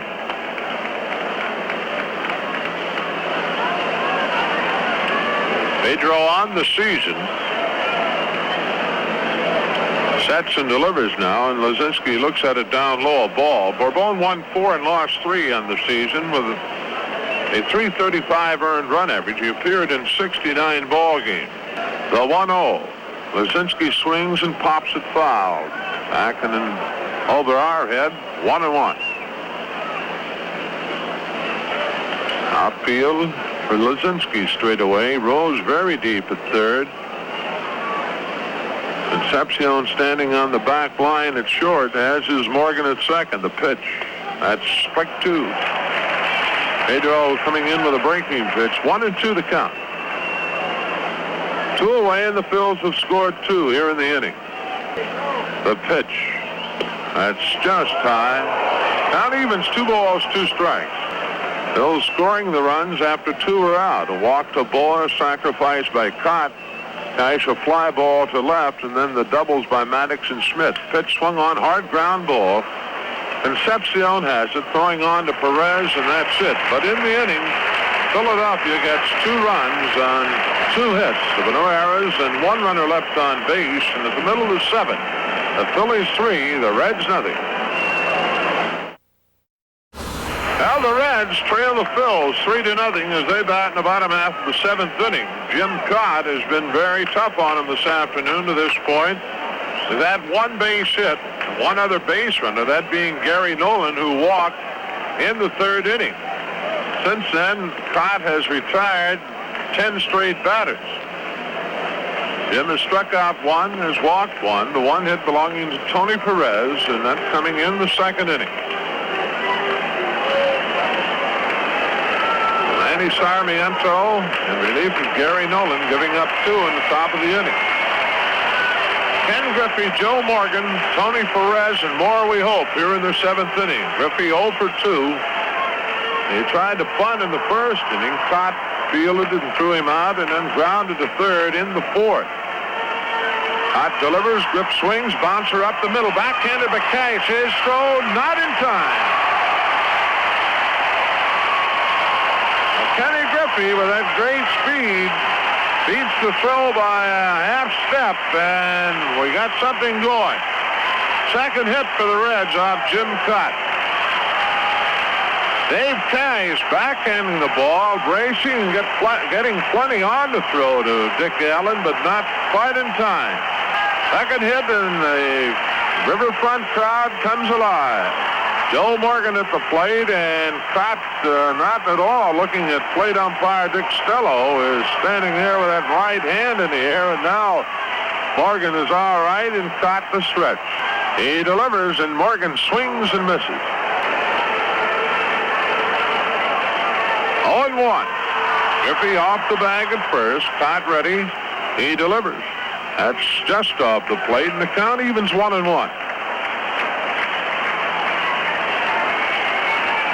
Back to the belt. His pitch. Taken high. 2 balls to strike.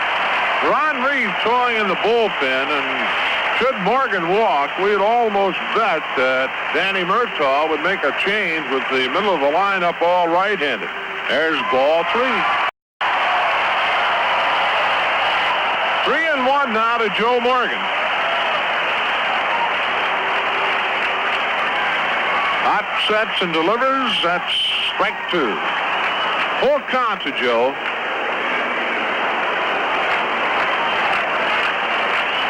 The set, the pitch. That's swung on and foul. Joe 0 for 2. He popped out to Cash and is grounded to Cash at second base. Morgan in the series looking for his first hit, and that's high and inside the next pitch, and the first 2 are on. Well, let's see what Danny Ozark does now. Second walk issued by Jim Cott. Ozark on his way to the mound, and we'll pause for station identification. This is the Cincinnati Reds Baseball Network. Well, as we expected, Danny Ozark's going to make the change. He's going to make 2 changes. Bobby Tolan, I think, will go into the game replacing possibly Greg Luzinski in left field, and that's going to be true. As Bobby makes his way out to left, Luzinski comes out of the lineup. And, of course, Tolan will be hitting 9th in the lineup, and it'll be Ron Reed in relief of Jim Cott. So Cott worked 6+ innings, gave up just 2 hits, walked 2. And Ron Reed coming on.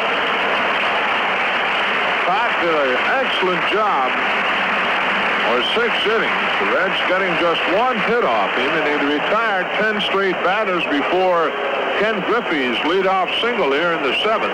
And then the walk to Joe Morgan. So Reed will be facing Tony Perez when he completes his warm-ups. This is the 2nd appearance for Reed in the championship playoffs. He worked 2 2/3 innings, allowing 1 hit, walked 1, and struck out 1. That was in Sunday afternoon's ball game. Reed, on the year, had a great year out of the bullpen for Philadelphia. He led the club in saves with 14. He appeared in 59 ball games, winning 8 and losing 7 with a .246 earned run average. Started 4 times for Phillies, completing 1 game. He worked 128 innings, allowing just 88 hits, striking out 96 and walking 32. So some great credentials for Mr. Reed. All right, he completes his warm-ups. We got Griffey at second base, Morgan at first base, nobody out, and we need 3 to get even. Perez, well, Tony finally getting his first hit of the championship playoffs, that in the 2nd inning. Reed has the sign from Boone, the stretch and the pitch. That's swung on and a foul tip into the mid of Boone, 0-1.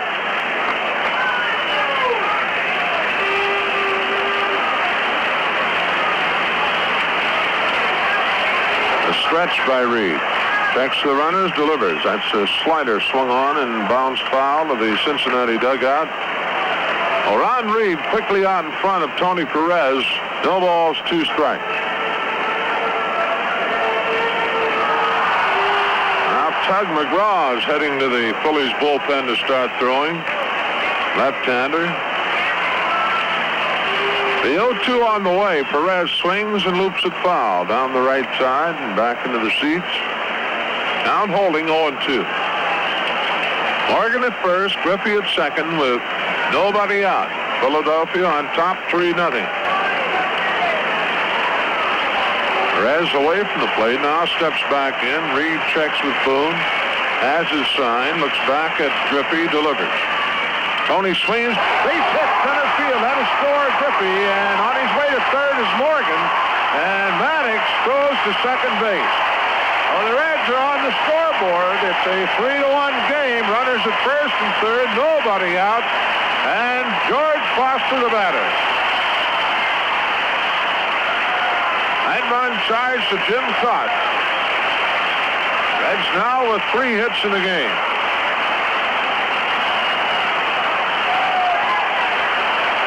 Perez at first base. Foster 0 for 2.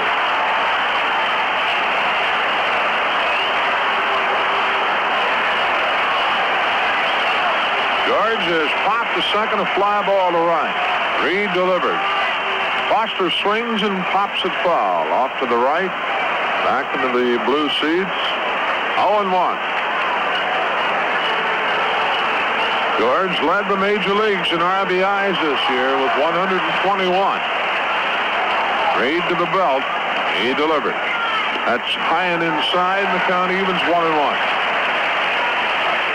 Johnny Bench on deck. 3-1 to score. Morgan at third. Perez at first. Reed, a slow worker, has his sign. He delivers. That's a breaking pitch swung on and missed by George, and it's a ball, 2 strikes to George Foster.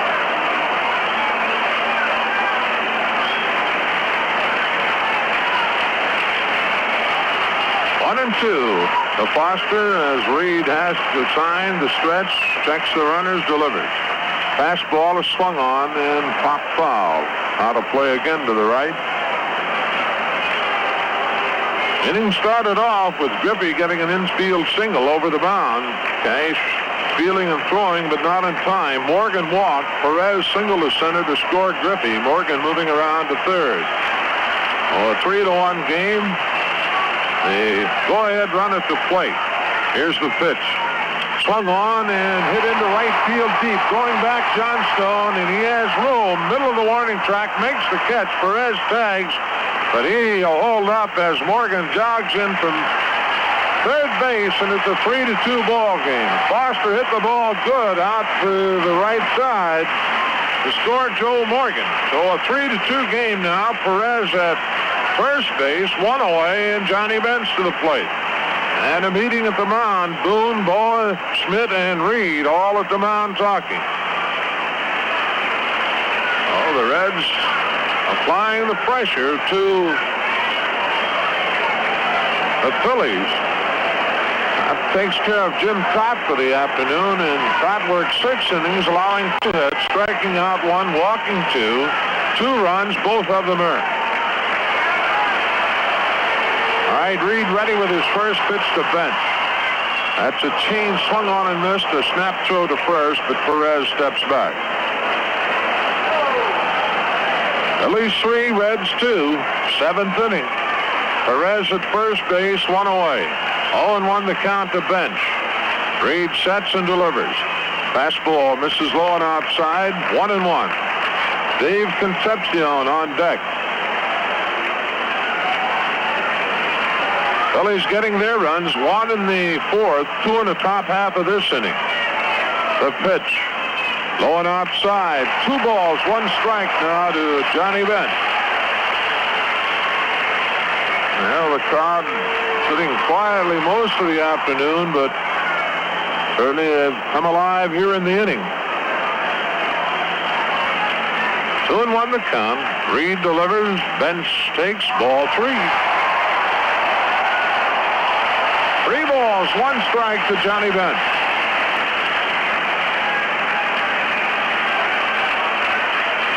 Raleigh Eastwick throwing in the Cincinnati pen. Tug McGraw and the Phillies. The 3-1.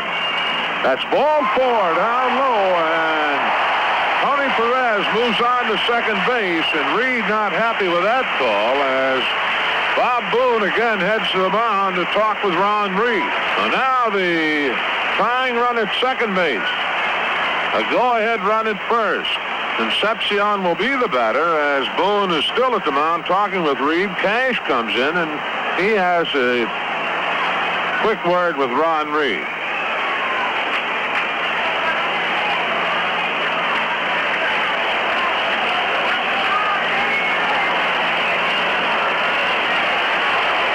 All right, we're ready to go. Dave Concepcion at the plate. The pitch to him, he takes a strike, a fastball. Dave 0 for 2, both times up, has grounded the ball at shortstop.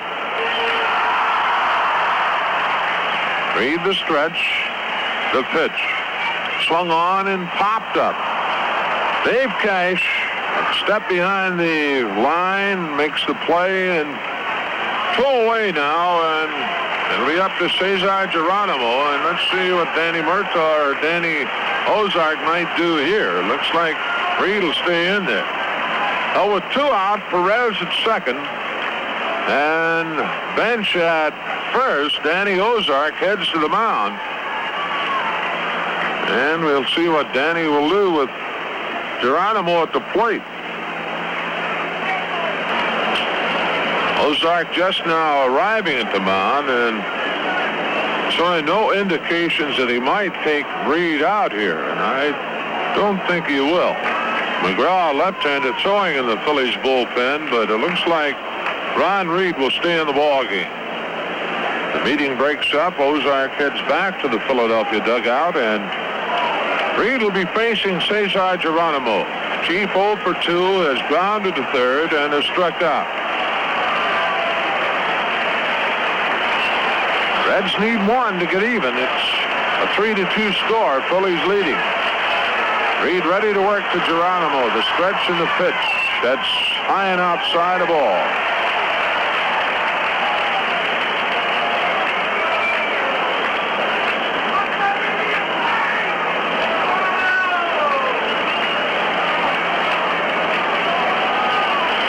A 1-0 on the way. Geronimo swings on it and fouls it straight back. Count evens, a ball, a strike.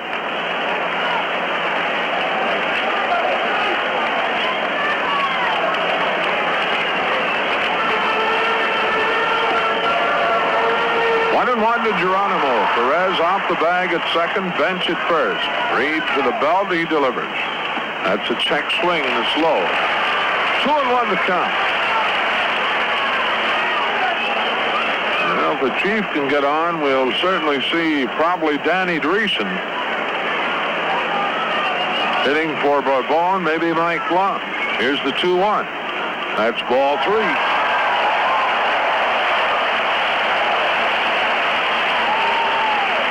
3 balls, 1 strike to Geronimo. 2 away, 2 runs in.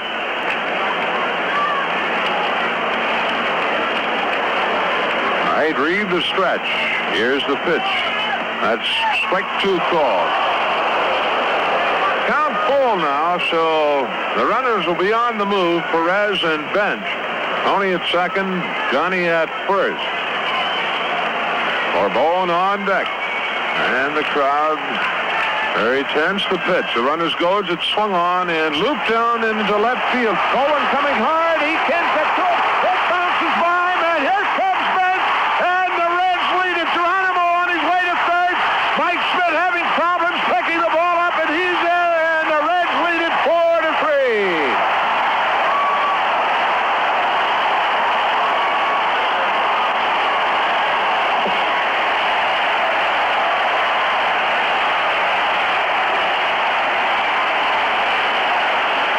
We don't have to tell you the crowd's happy.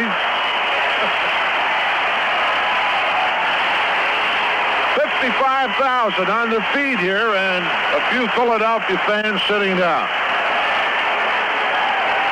Well, the Reds have scored 4 times here in the inning, and Mike Lum is going to the plate to hit for Bourbon and try to get Geronimo in from third base. That'll be a triple credited to Cesar Geronimo, 2 RBIs, and it's a 4-3 ball game.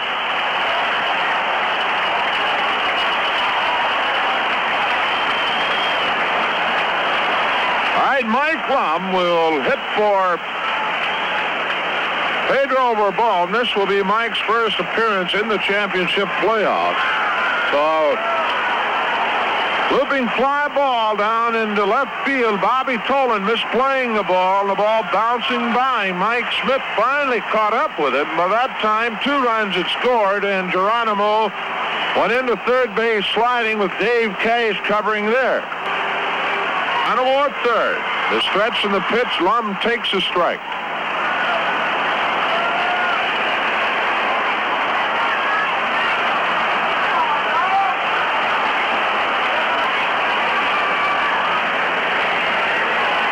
Here's the pitch.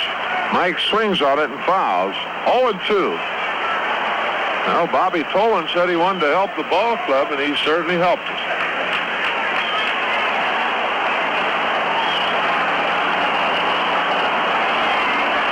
All right, the 0-2 delivery. Lum swings and a ground ball down in the Cincinnati bullpen. Out holding 0-2.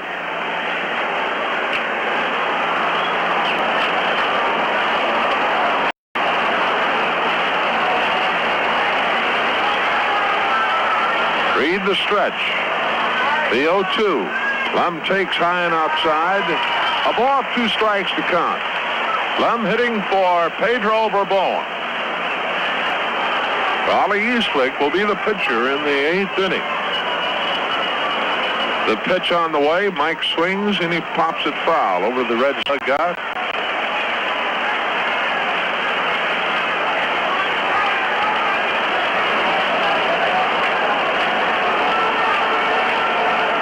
One ball, 2 strikes to Mike Lum. Geronimo down the line at third. The Reds have scored 4 times. The pitch. Swung on, hit for left field, and Bobby Tolan almost misplayed that one. Going away from the infield, and Bob reaches above his head and makes the catch. So in the inning, the Reds pick up 4 runs on 3 hits. There were no errors and 1 runner left on base. The end of 7, the Reds 4, the Phillies 3.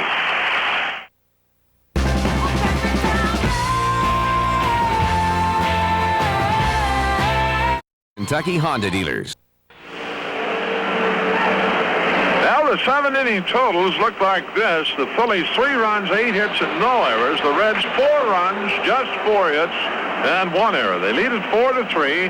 New pitcher on the mound for the Reds, Raleigh Eastwick. The leadoff batter for the Phillies in the 8th, Dick Allen. To tell you about it, here's Marty. Okay, Joe, Raleigh Eastwick, the man who was named the National League Fireman of the Year for 1976 for the job that he did for our ball club. And now called upon to try and nail down our 2nd straight National League flag as the Reds have scored 4 times in the 7th inning and enjoy a 1-run edge over this Philadelphia Philly club. Eastwick makes his 2nd appearance. His first one was, quite frankly, nothing to write home about. Saturday night at Veterans Stadium, he came on in the 9th inning after Don Gullett had allowed only 2 hits and 1 run in 8 innings, and the Phillies promptly got to Eastwick for 4 hits in that one frame and a couple of runs before he was finally able to end the game on Tommy Hutton's line out to Griffey in right center. Joe Morgan is in behind the mound talking with Raleigh, and it'll be Dick Allen who will open up the 8th inning for Philadelphia. He's fly to center, fly to right, and in the 6th inning on a base on balls.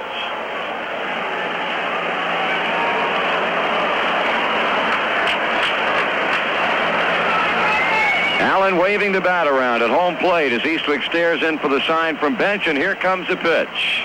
Taken high, a fastball. Allen, Johnstone, and Boone in this Philadelphia 8. Allen takes one on the inside corner for a strike. 1 ball and 1 strike to Dick Allen. Eastwick, our 4th pitcher. Nolan went 5 2/3. Sarmiento an inning. Bourbon a 1/3 of an inning. Swing and a miss. Bourbon would stand to get the win in this game, while the defeat, if the score right now as it presently stands holds up, would go to Ron Reed. 1-2 delivery. That's up again. 2 balls and 2 strikes. Philadelphia's had hits in every inning with the exception of the first when Nolan retired the side in order. The 2-2 to Allen. He swings and fouls this one off the end of the bat, so the count holding at 2 balls and 2 strikes.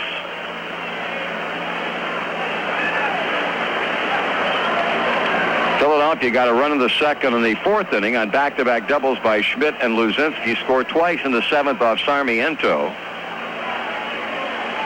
Allen hits a high fly ball off the right field line, but that one's going to carry back into the seats. In the 7th inning, Boa got a walk. Cott laid down a sacrifice, and after Cash flied out, Maddox and Schmidt had doubles back-to-back to increase their lead to 3-0. But then the Reds sending 8 men to the plate. At the bottom of that same 7th inning, scored 4 times, with a big blow being Geronimo's 2-run triple. A right 3 swinger.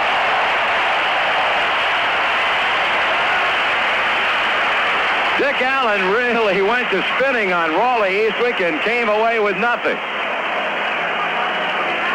Here's Johnstone. To get your copy of the Reds playoff program, send $2.50 to Reds playoff program, Riverfront Stadium, Cincinnati. Price includes $1 postage handling charge. Johnstone, a bunt single and 2 times up. He's also walked. He looks at the heater high and outside. Ball 1.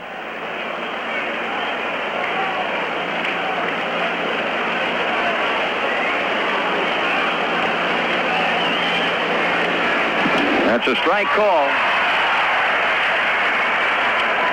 The crowd pretty much roaring on every single thing that the Reds do right. You can anticipate that from here on out on this one. Swung on, hit hard, and took a big hop off Perez, and the ball bounces into the seats in foul territory. That ball really came up on Tony.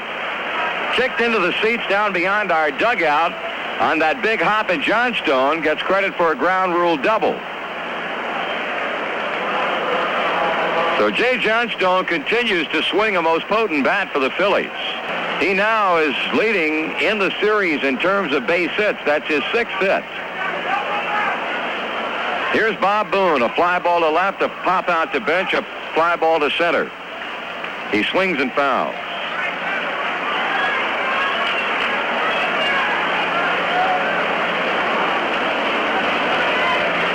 The Phillies have the tying run at second base with 1 man out. We're in the top of the 8th inning. The Reds lead it 4-3. From Eastwick to Boone. That one bounces up there, a wild one, and that's going to allow the runner to go to third. Well, Raleigh Eastwick uncorks a wild pitch at a most inopportune time, because now, rather than needing a base hit to get the tying run in, as Raleigh has wild pitched Johnstone to third, it opens up a multitude of doors for the Phillies to get the tying run across. Put the count at 1 ball and 1 strike on Boone.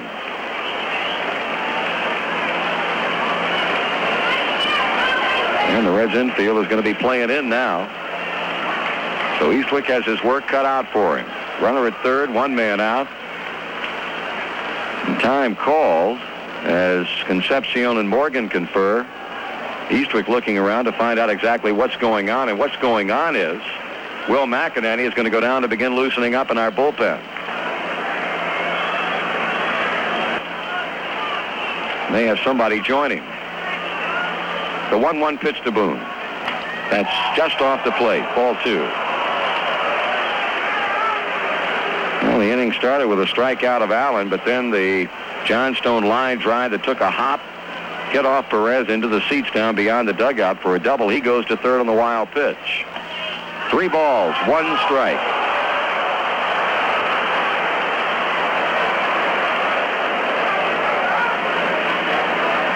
You've got Boa on deck, and after him it would be Bobby Tolan. Eastwick badly in need of a strike to Boone. As the right-handed batter waits, checks his swing, and he's on with a walk.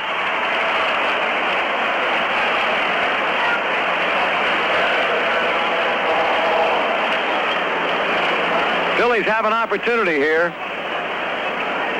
Runners at first and third. Sparky Anderson standing to the left of the opening in the Cincinnati dugout, but certainly not nearly ready to go down to his bullpen. And besides that, Boa's a switch hitter. He's got McInerney throwing, but Mac has only been up for a couple of minutes now, and you might consider this a bit of a stalling tactic as Eastwick talks with Concepcion, Morgan, and bench. Now we're going to get a pinch runner at first base. Terry Harmon is going to run for Bob Boone.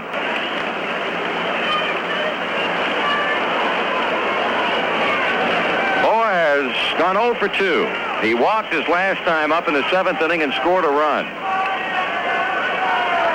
And now Tim McCarver will start loosening up in the Philadelphia bullpen, with Boone having been lifted for the pinch runner Harmon at first base. Concepcion, Morgan at double play depth, Rose playing shallow at third. Here's a pitch to Boa. He takes a strike.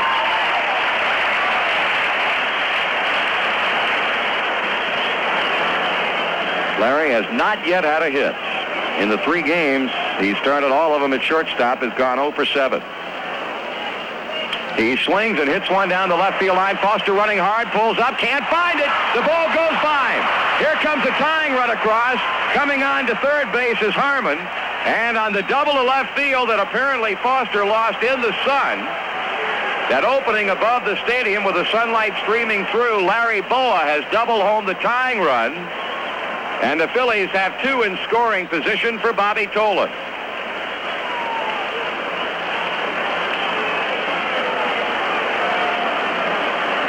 So Philadelphia has come valiantly back. This club, of course, can ill afford to lose another one. If they do, they go home and forget about it. And after leading 2-0 for 6.5 innings, to see the Reds take a run lead on 4 in the 7th, and now Philadelphia's come back. On a double by Johnstone, a wild pitch, a walk to Boone, and the 2-base hit to left field by Boa to tie it up. Bobby Tolan will be at the plate. The man who misplayed Geronimo's fly ball in the last inning into a triple. And they're going to walk Tolan with first base open and pitch to Davy Cash with the bases loaded. This will be the second walk of the inning allowed by Eastwick.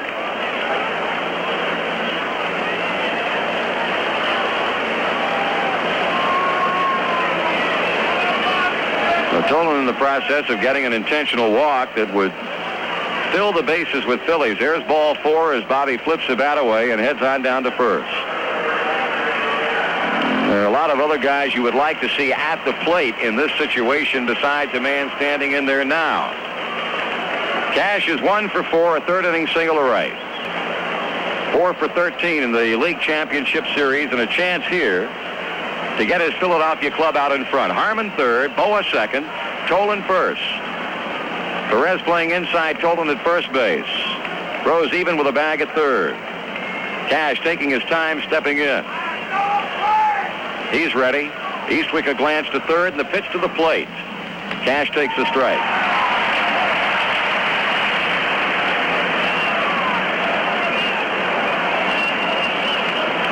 The tying run is in with only 1 out. Cash in the strike 1 delivery. Swung on and fouled off to the right and out of play. 0-2.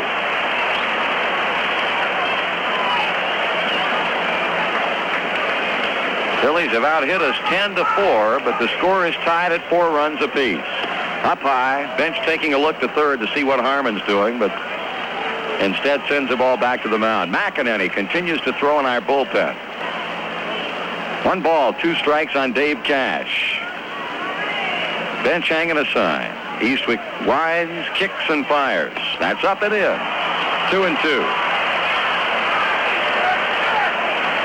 Raleigh having trouble controlling his fastball. Cash calls time with Stello at the plate. Collects his thoughts, takes that big, settling, deep breath, puts the head of the bat on the plate, and now starts to wave it around. Eastwick with a look. Over at third to Harmon, the 2-2 pitch. Ball 3. Low and outside. So Raleigh Eastwick is absolutely as far as he can go with Davy Cash. Nowhere to put him. 3 balls and 2 strikes with the bases loaded, and here comes the payoff. He swings and he fouls it back.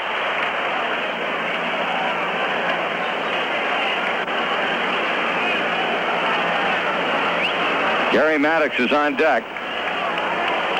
And you can bet that the Phillies would take a bases-loaded walk right here and be happy with it. The payoff. Foul ball off to the right and back behind the Cincinnati dugout. So Eastwick finding the strike zone, but Cash making them meaningless pitches with foul backs. It stays 3-2 as the outfield plays a right-handed batting Cash the other way. Again, the 3-2 pitch. He swings and hits one into right center field. That's going to be deep enough to get Harmon in. Griffey makes the catch. The runner at third tags and comes on home, with Boa moving up a base to third, and Philadelphia has regained the lead at 5-4.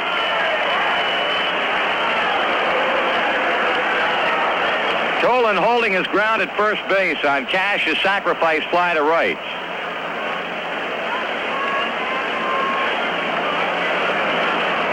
And now Gary Maddox, a batter, but he has started back toward the Philadelphia dugout as Larry Shepard heads on toward the mound, and we'll take the opportunity to pause for station identification on the Cincinnati Reds Baseball Network. You're watching the 1976 National League Championship Series as the Cincinnati Reds played host to the Phillies in a pivotal Game 3 at Riverfront Stadium. This is Reds Classic Rewind, only on Fox Sports Ohio. Larry Shepard coming back to the dugout. Only a quick meeting with Raleigh Eastwick, but we note that Santo Alcala has joined Will McEnany in the Cincinnati bullpen. Gary Maddox 1 for 4, a run-scoring double in the 7th inning. Now we've got an appeal play at second base, or do we? Morgan takes a throw back that way, but apparently not. Raleigh might have thought so, but Joe waving him off as Eastwick threw the ball. Now it's Maddox with Boa third, Tolan first. Now we'll try it again. And Doug Harvey calls safe. Philadelphia with 2 here in the 8th inning to again lead by 1 at 5-4. Eastwick needs to get Maddox to end the inning. Pitch. Swing and a miss. You're thinking about the home 8th inning. We've got Rose, Griffey, and Morgan. They'll be hitting off of Ron Reed. Maddox swings and pops it in the air to center field. Geronimo loping in. Still on the move. Squeezes it for the inning-ending out. The Phillies with 2 runs on 2 base hits. They strand a pair. In the middle of the 8th, Philadelphia 5 and Cincinnati 4. Here's Pete Rose to lead off the home 8th inning. The pitch is fouled off. We've got Johnny Oates now catching for Philadelphia. Bobby Tolan has moved from left field to play first base, and it looks like Jerry Martin is in left field. The 0-1 to Rose. Swung on, a looper down the left field line. That's got a chance. That's going to be in for a base hit. Here's Martin. Here's Rose taking the turn. He'll settle for a single.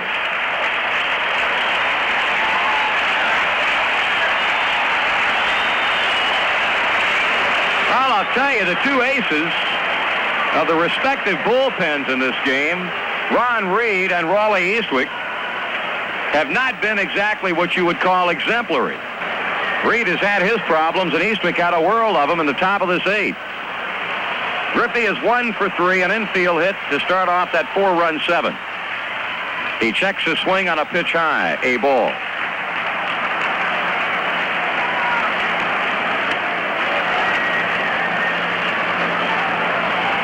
Rose at first. We've got the tie-in run on with nobody out. Griffey swings and pops it up off the third base foul line where Schmidt settles under it and makes the catch. 1 down.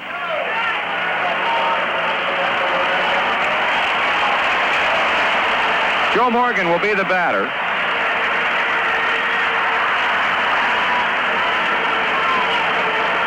Still without a hit in this championship series today has popped to second, has grounded to second. In the 7th inning, he walked and scored. Oates has gone out to talk with Reed as Cash says something to his double play partner, shortstop Larry Boa. Reed to Morgan.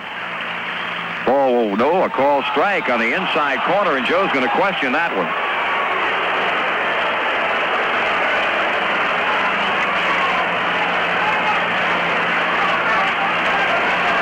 Infield looking for the ground ball. Morgan swings on this pitch, and that'll be a foul off to the left, and Reed with the advantage at 2 strikes. We have had 8 runs scored in the last inning and a half after Philadelphia got 1 run in the 4th inning. And going to the 7th inning, it was 1-0. It's now 5-4 Phillies. Morgan strikes out swinging. 2 away for Tony Perez.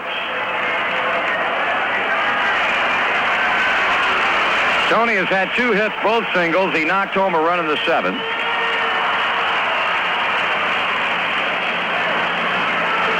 Now 2 for 9 in the series with 3 runs knocked in. This is a mighty, mighty big inning for Reed and the Phillies if they can get through it. Ball is down and away.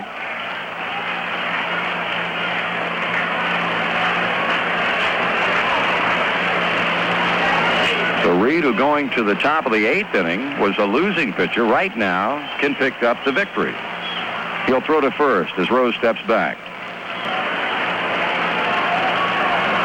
2 men out, 1 man on, 1-0 to count. Reed kicks and throws. Perez takes a change and in for a strike.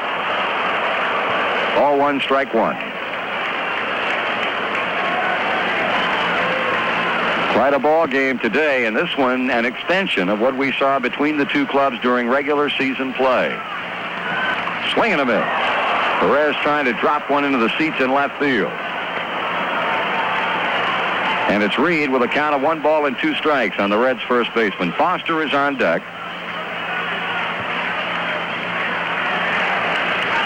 Check of Rose and a throw that way.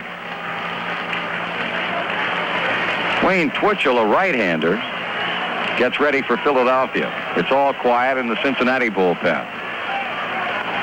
That's low. 2-2.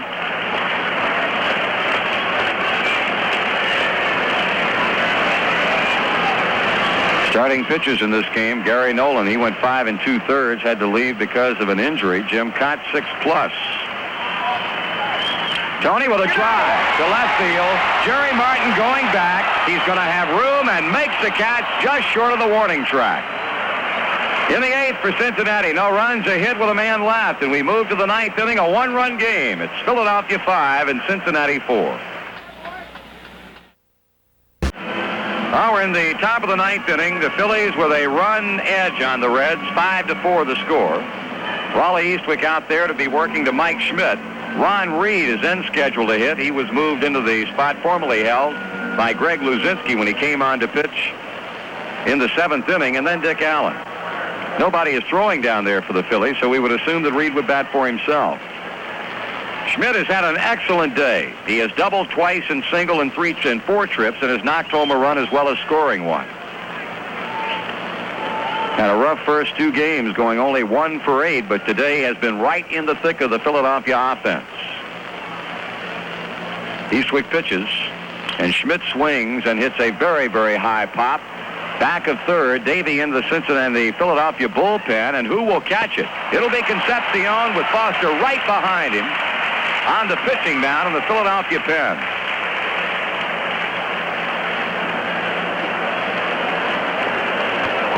One away, and Ron Reed is in. Be the first time at the plate for him.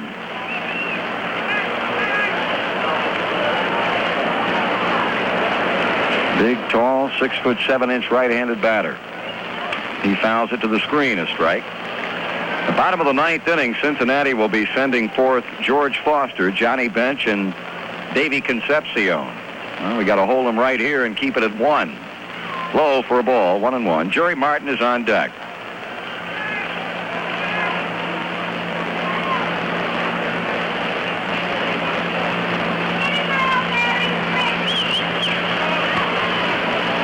That is swung on and fouled. Pitched down and away, and Reed never came close to it. So Eastwick ahead, 1 ball and 2 strikes. One of the few times in the last 3 innings that there has not been somebody throwing in one or the other of the bullpens. A bouncing ball to third. Rhodes charges, plays it chest high, and throws him out. Here's Jerry Martin.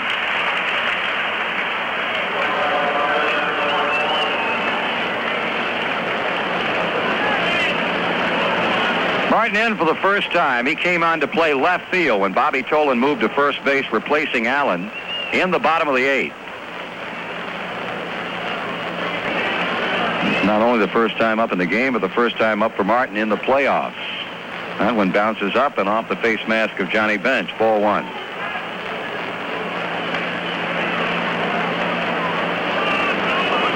Philadelphia trying to send it to a 4th game that would be played here tomorrow night. 8:15 would be game time with Steve Carlton going against Don Gullett. Ground ball. Rose backhands at third. Long throw. He did not get him as he threw it in the dirt. The ball bounced away from Perez. Well, that should be a throwing error, but let's see how they score it. Rose had plenty of time to play it, and he is charged with an error, the second of the game against Cincinnati.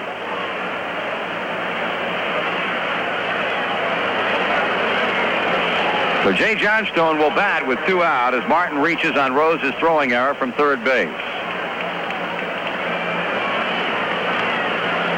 Phillies have had 10 hits in the game. Johnstone has had a pair, a bunt single, a 2-base hit, a weird double.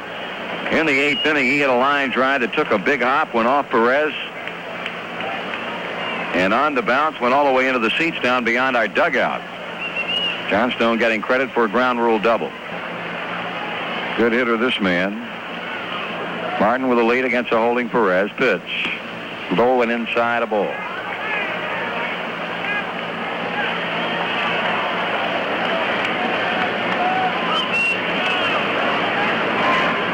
Two down in the top of the 9th inning. That one is fouled away as it bounces back behind the plate and comes to rest at the base of the screen. Make it a ball and 1 strike on Jay Johnstone. Well, you've got Tug McGraw back throwing in the Philadelphia bullpen.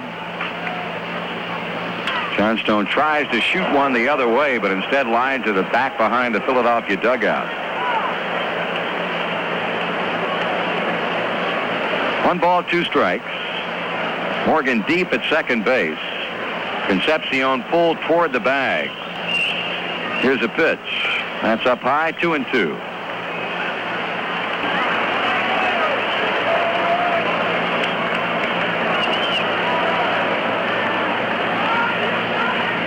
Easily trying to finish off the Phillies here in the 9th and hope that his teammates can come up with a pair of runs. Runner going, pitch is swung on, bouncing ball. Morgan cannot play it. It goes to right center field. Let's see if they're going to send Martin home. They are, and he'll score as Geronimo can't come up cleanly with it. A big run right there for Philadelphia. With a runner breaking, Jay Johnstone banged one behind the outstretched glove of Joe Morgan. The ball hit well, rolling deep into the right center field gap. Geronimo tried to backhand and come up throwing, but he could not find the handle on it, with Martin scoring easily and Johnstone going to third base. That'll be scored a triple, and the Phillies lead by 2. So the error by Pete Rose with 2 outs proves to be a glaring one. That'll be an unearned run, but a run nevertheless, and you can bet a big one for the Phillies. Here is Johnny Oates, left-handed batting catcher. Grounds one by the mound, but Morgan will play it and throw him out to end the inning. The Phillies get 1 run on 1 hit, 1 error with 1 left, and after 8.5, Philadelphia 6, Cincinnati 4. We're in the home 9th inning, and the Cincinnati Reds need 2 runs to get even. It is 6-4 Phillies, and it'll be Foster, bench, Concepcion against Ron Reed. The big guy had 1 bad inning when he came on in the 7th. The Reds getting half of their 4 runs in that frame off of Reed, with the other 2 being charged to the starter, Jim Cott. But then in the 8th inning, after Rose led off with a single to left, he popped Griffey up. He got Morgan swinging, and he retired the side on a Perez fly ball to left. Danny Ozark, not leaving anything to chance, is going to have a right-hander and a left-hander throwing. Wayne Twitchell, the righty, Tug McGraw, the lefty. Foster, 0 for 2 with a sacrifice fly, has not had a good playoff. He's 1 for 11. But earlier today, it was announced from St. Louis he is a Sporting News National League Player of the Year in a lopsided vote on the part of the players in our league. Bluffs a bunt, takes a strike.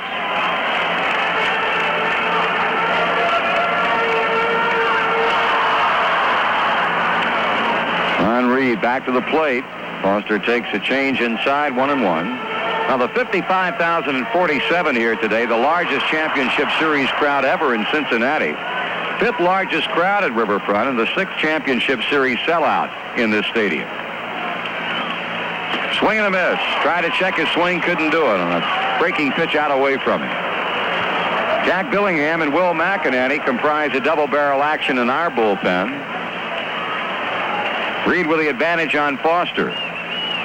Oates sends out the sign. Reed sends in the pitch. He swings and fouls it out of play to the right. Tug McGraw has finished throwing, and to take over for him, it's going to be left-hander Tommy Underwood, whom we have not seen in this series.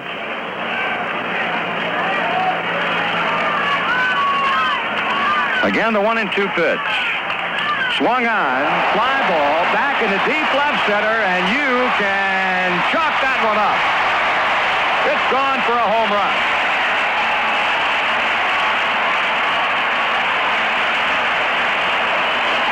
Not a bad way to begin an inning in which you need a couple of runs to get even.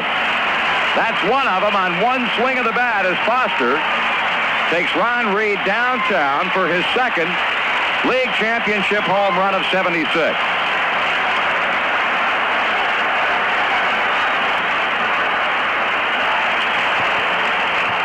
Mike Schmidt is on the mound talking with Reed. Now Johnny Bench. John has hit into a double play. He's fly to center. He has walked and he has scored. 6-5 Phillies. Reed to Bench. That misses low, a ball. Gene Garber, Tommy Underwood, the two throwing for the Phillies. Reed's 1-0 to John. Swung on and popped up off the third. Mike Schmidt down beyond their dugout, but watches it fall about 8 rows back. A ball and a strike.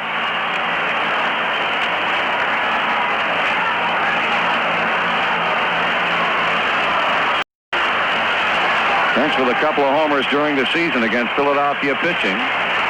Among his 12 hits, he also had 5 doubles. Swings, and he fouls at the plate. He's behind at 1-2. That was the count. And the pitch that Foster took Reed downtown on. And right now, that unearned run for the Phillies in the top of this inning proves to be the big one. That one's bounced foul.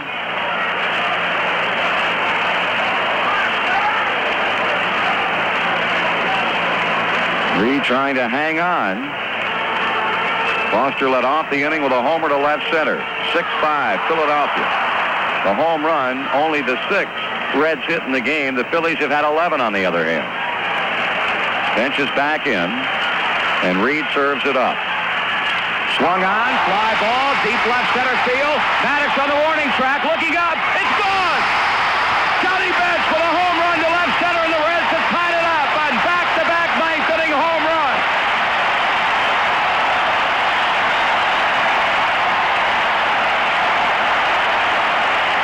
They're on their feet at Riverfront as first George Foster and now Johnny Bench have had back-to-back long balls, and it is tied at 6 runs apiece.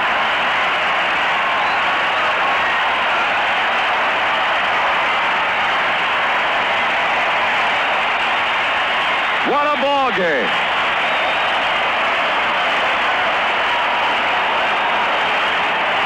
Reed has not been able to retire a batter. Foster took it downtown to left center, and Bench went to deep left center field. David Concepcion will come to the plate. But Ron Reed is going to be visited by Danny Ozark. And normally when the Philadelphia skipper comes out, he wants to make a pitching change. He's got Underwood, he's got Garber, and I would imagine it would be Gene Garber to come out and face Concepcion as Reed is now gone.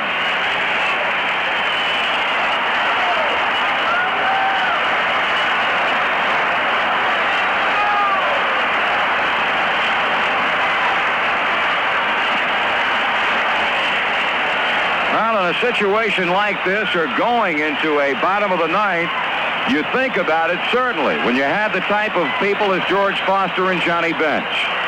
But to see it become a reality in a pressure situation such as this is a little bit mind-boggling. And the crowd is still standing as Garber has reached the Riverfront Stadium mound.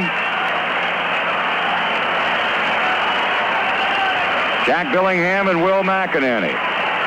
Throwing down to Bill Plummer and Gary Waits. That's the Reds bullpen. Left-hander Tommy Underwood loosening up for Philadelphia. Garber, we have seen in Sunday's game when he went 2/3, giving up a hit and an unearned run with an intentional walk. So this will be his second appearance. Now, Ron Reed cannot win it. And at least for the moment, Raleigh Eastwick cannot lose it. And the crowd still standing. George Foster and Johnny Bench lit them up. With back-to-back home runs off Ron Reed to make it 6-5 and 6-6.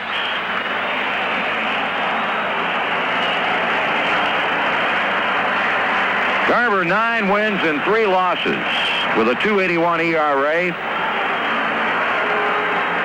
Gave up 78 hits in 93 innings during the season with 92 strikeouts and only 30 walks. He had a good season. But normally, the Reds find this guy somewhat easy to hit at. Let's see if that's true now.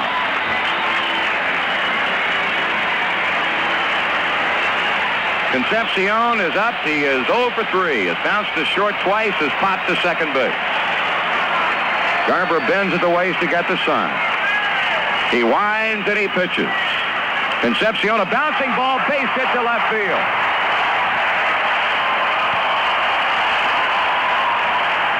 Davey jumping on Garber's first pitch and singles to left, and there is the run that, if it scores, will give the Reds the National League pennant.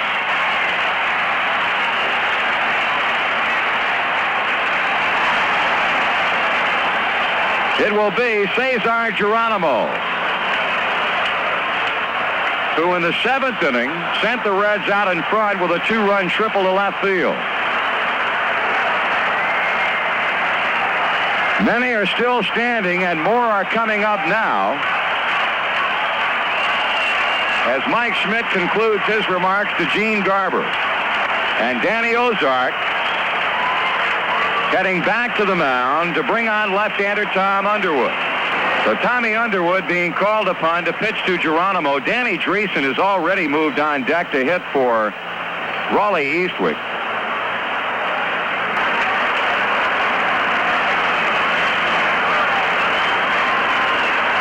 And this one has really turned into be some kind of classic playoff game.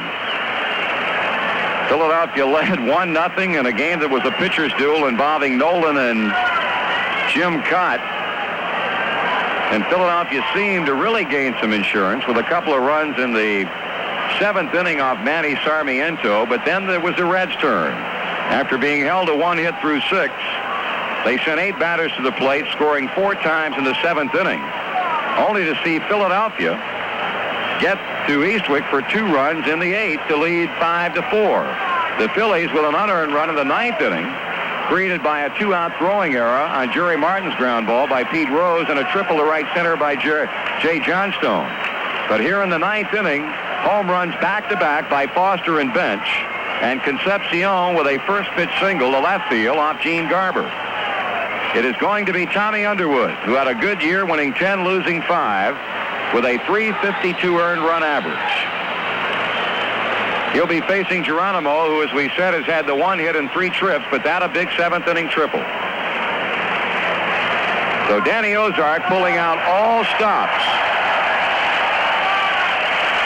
But it would appear from the inactivity in the Philadelphia bullpen that he's gone as far as he's going to go, because as Underwood comes in, we mentioned Dreesen as being on deck. Danny has retired to the dugout, and right-handed batting Bob Bailey has moved on deck. Underwood worked in 3 games against the Reds, 2 as a starting pitcher, had a record of 0-2. Schmidt shallow at third. Underwood the check of the runner. The long pause. And now straddles the pitching rubber as Concepcion moves a step or 2 back toward the first base bag. It is 6-6 in the bottom of the 9th. The winning run is at first, nobody out. The pitch to Geronimo. He squares to bunt and takes it low for a ball.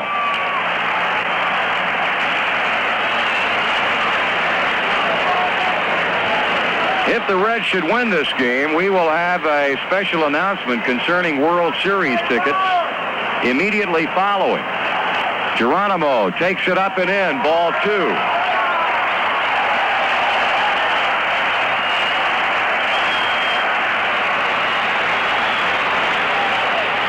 So Tommy Underwood in a pressure cooker situation has not yet been able to get one into the strike zone against Geronimo, who is trying to get Concepcion to second. The 2-0 pitch. That is low, ball 3.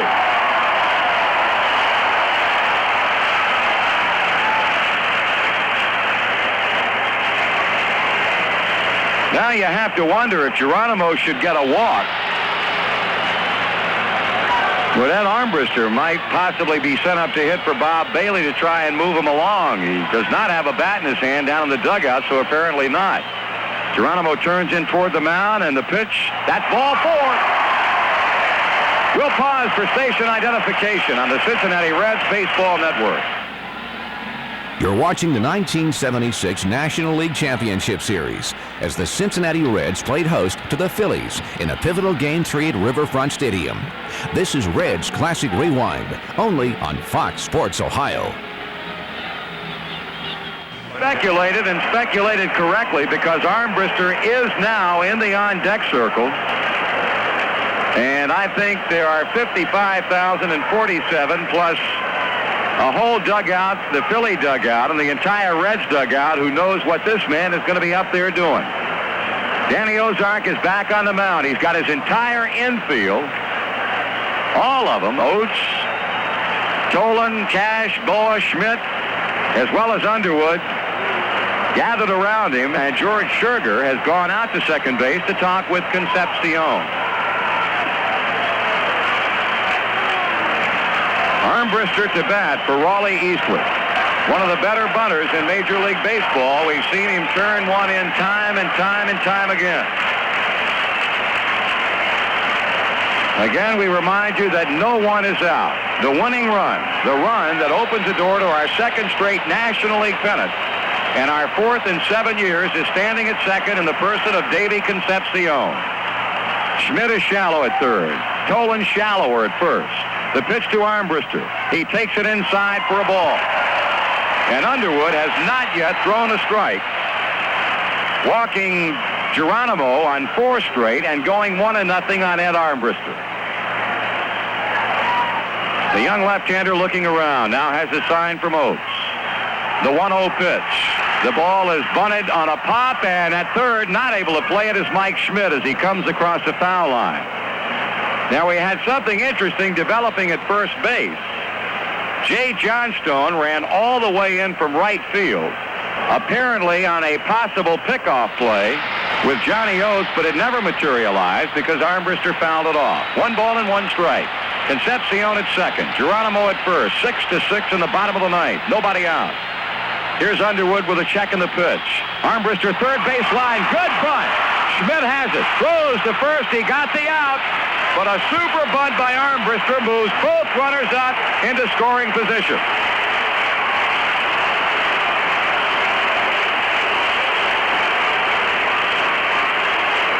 And you might say that somewhat fittingly, the man who can wrap it all up is at the plate in number 14, the captain of the Reds, third baseman Pete Rose. But I would not think that they're going to give Rose a chance to do a job on him.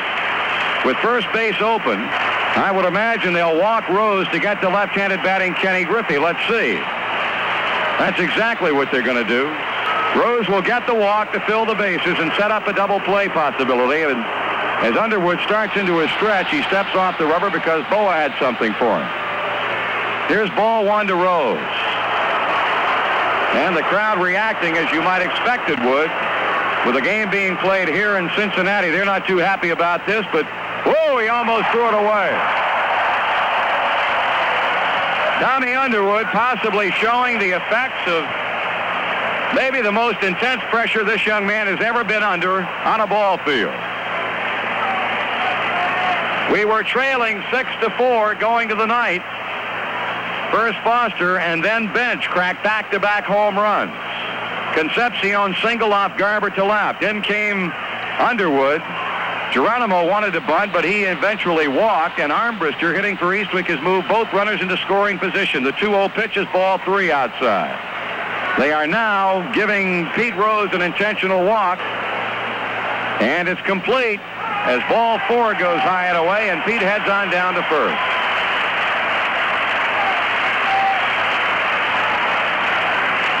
So, the man who can wear the laurel of hero and end it, the young right fielder from Donora, Pennsylvania, who this year finished second in the National League batting race, left-handed batting Ken Griffey, who today has had an infield hit in 4 times up. The infield is in, the outfield is in. Left-hander against left-hander with a National League pennant on the line for the Reds. Underwood stretches and pitches to Griffey. He takes it, the throw to third, not in time to get Concepcion. George Scherger saying something to Davey, possibly admonishing him just a bit. Don't get such a lead that they've got a chance to pick you off. But a daring play by Oates, nevertheless. He throws that ball away, and the winning run is home. 1 ball and no strikes on Griffey. Underwood with a slow come down to the belt. He throws. Griffey swings. Slow chopper right side. Here comes Concepcion. Tolan boosts the ball. And the 1976 pennant belongs to the Reds. It was a high chop along the first baseline. Bobby Tolan could not come up with it cleanly. Concepcion scores, and it is pandemonium down on the field as the Reds have scored 3 in the 9th inning and have swept the Philadelphia Phillies to move into the 1976 World Series.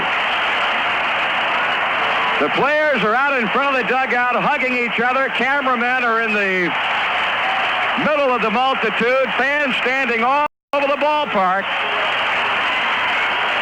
as the Philadelphia Phillies went to the bottom of the 9th leading by 2 runs, and boy, what a comeback by the Big Red Machine. 3 runs, and the Reds have won the 3rd and deciding game of this 1976 League Championship playoff against the Phillies. The final score, Reds 7, Phillies 6, and we'll be back in just a moment.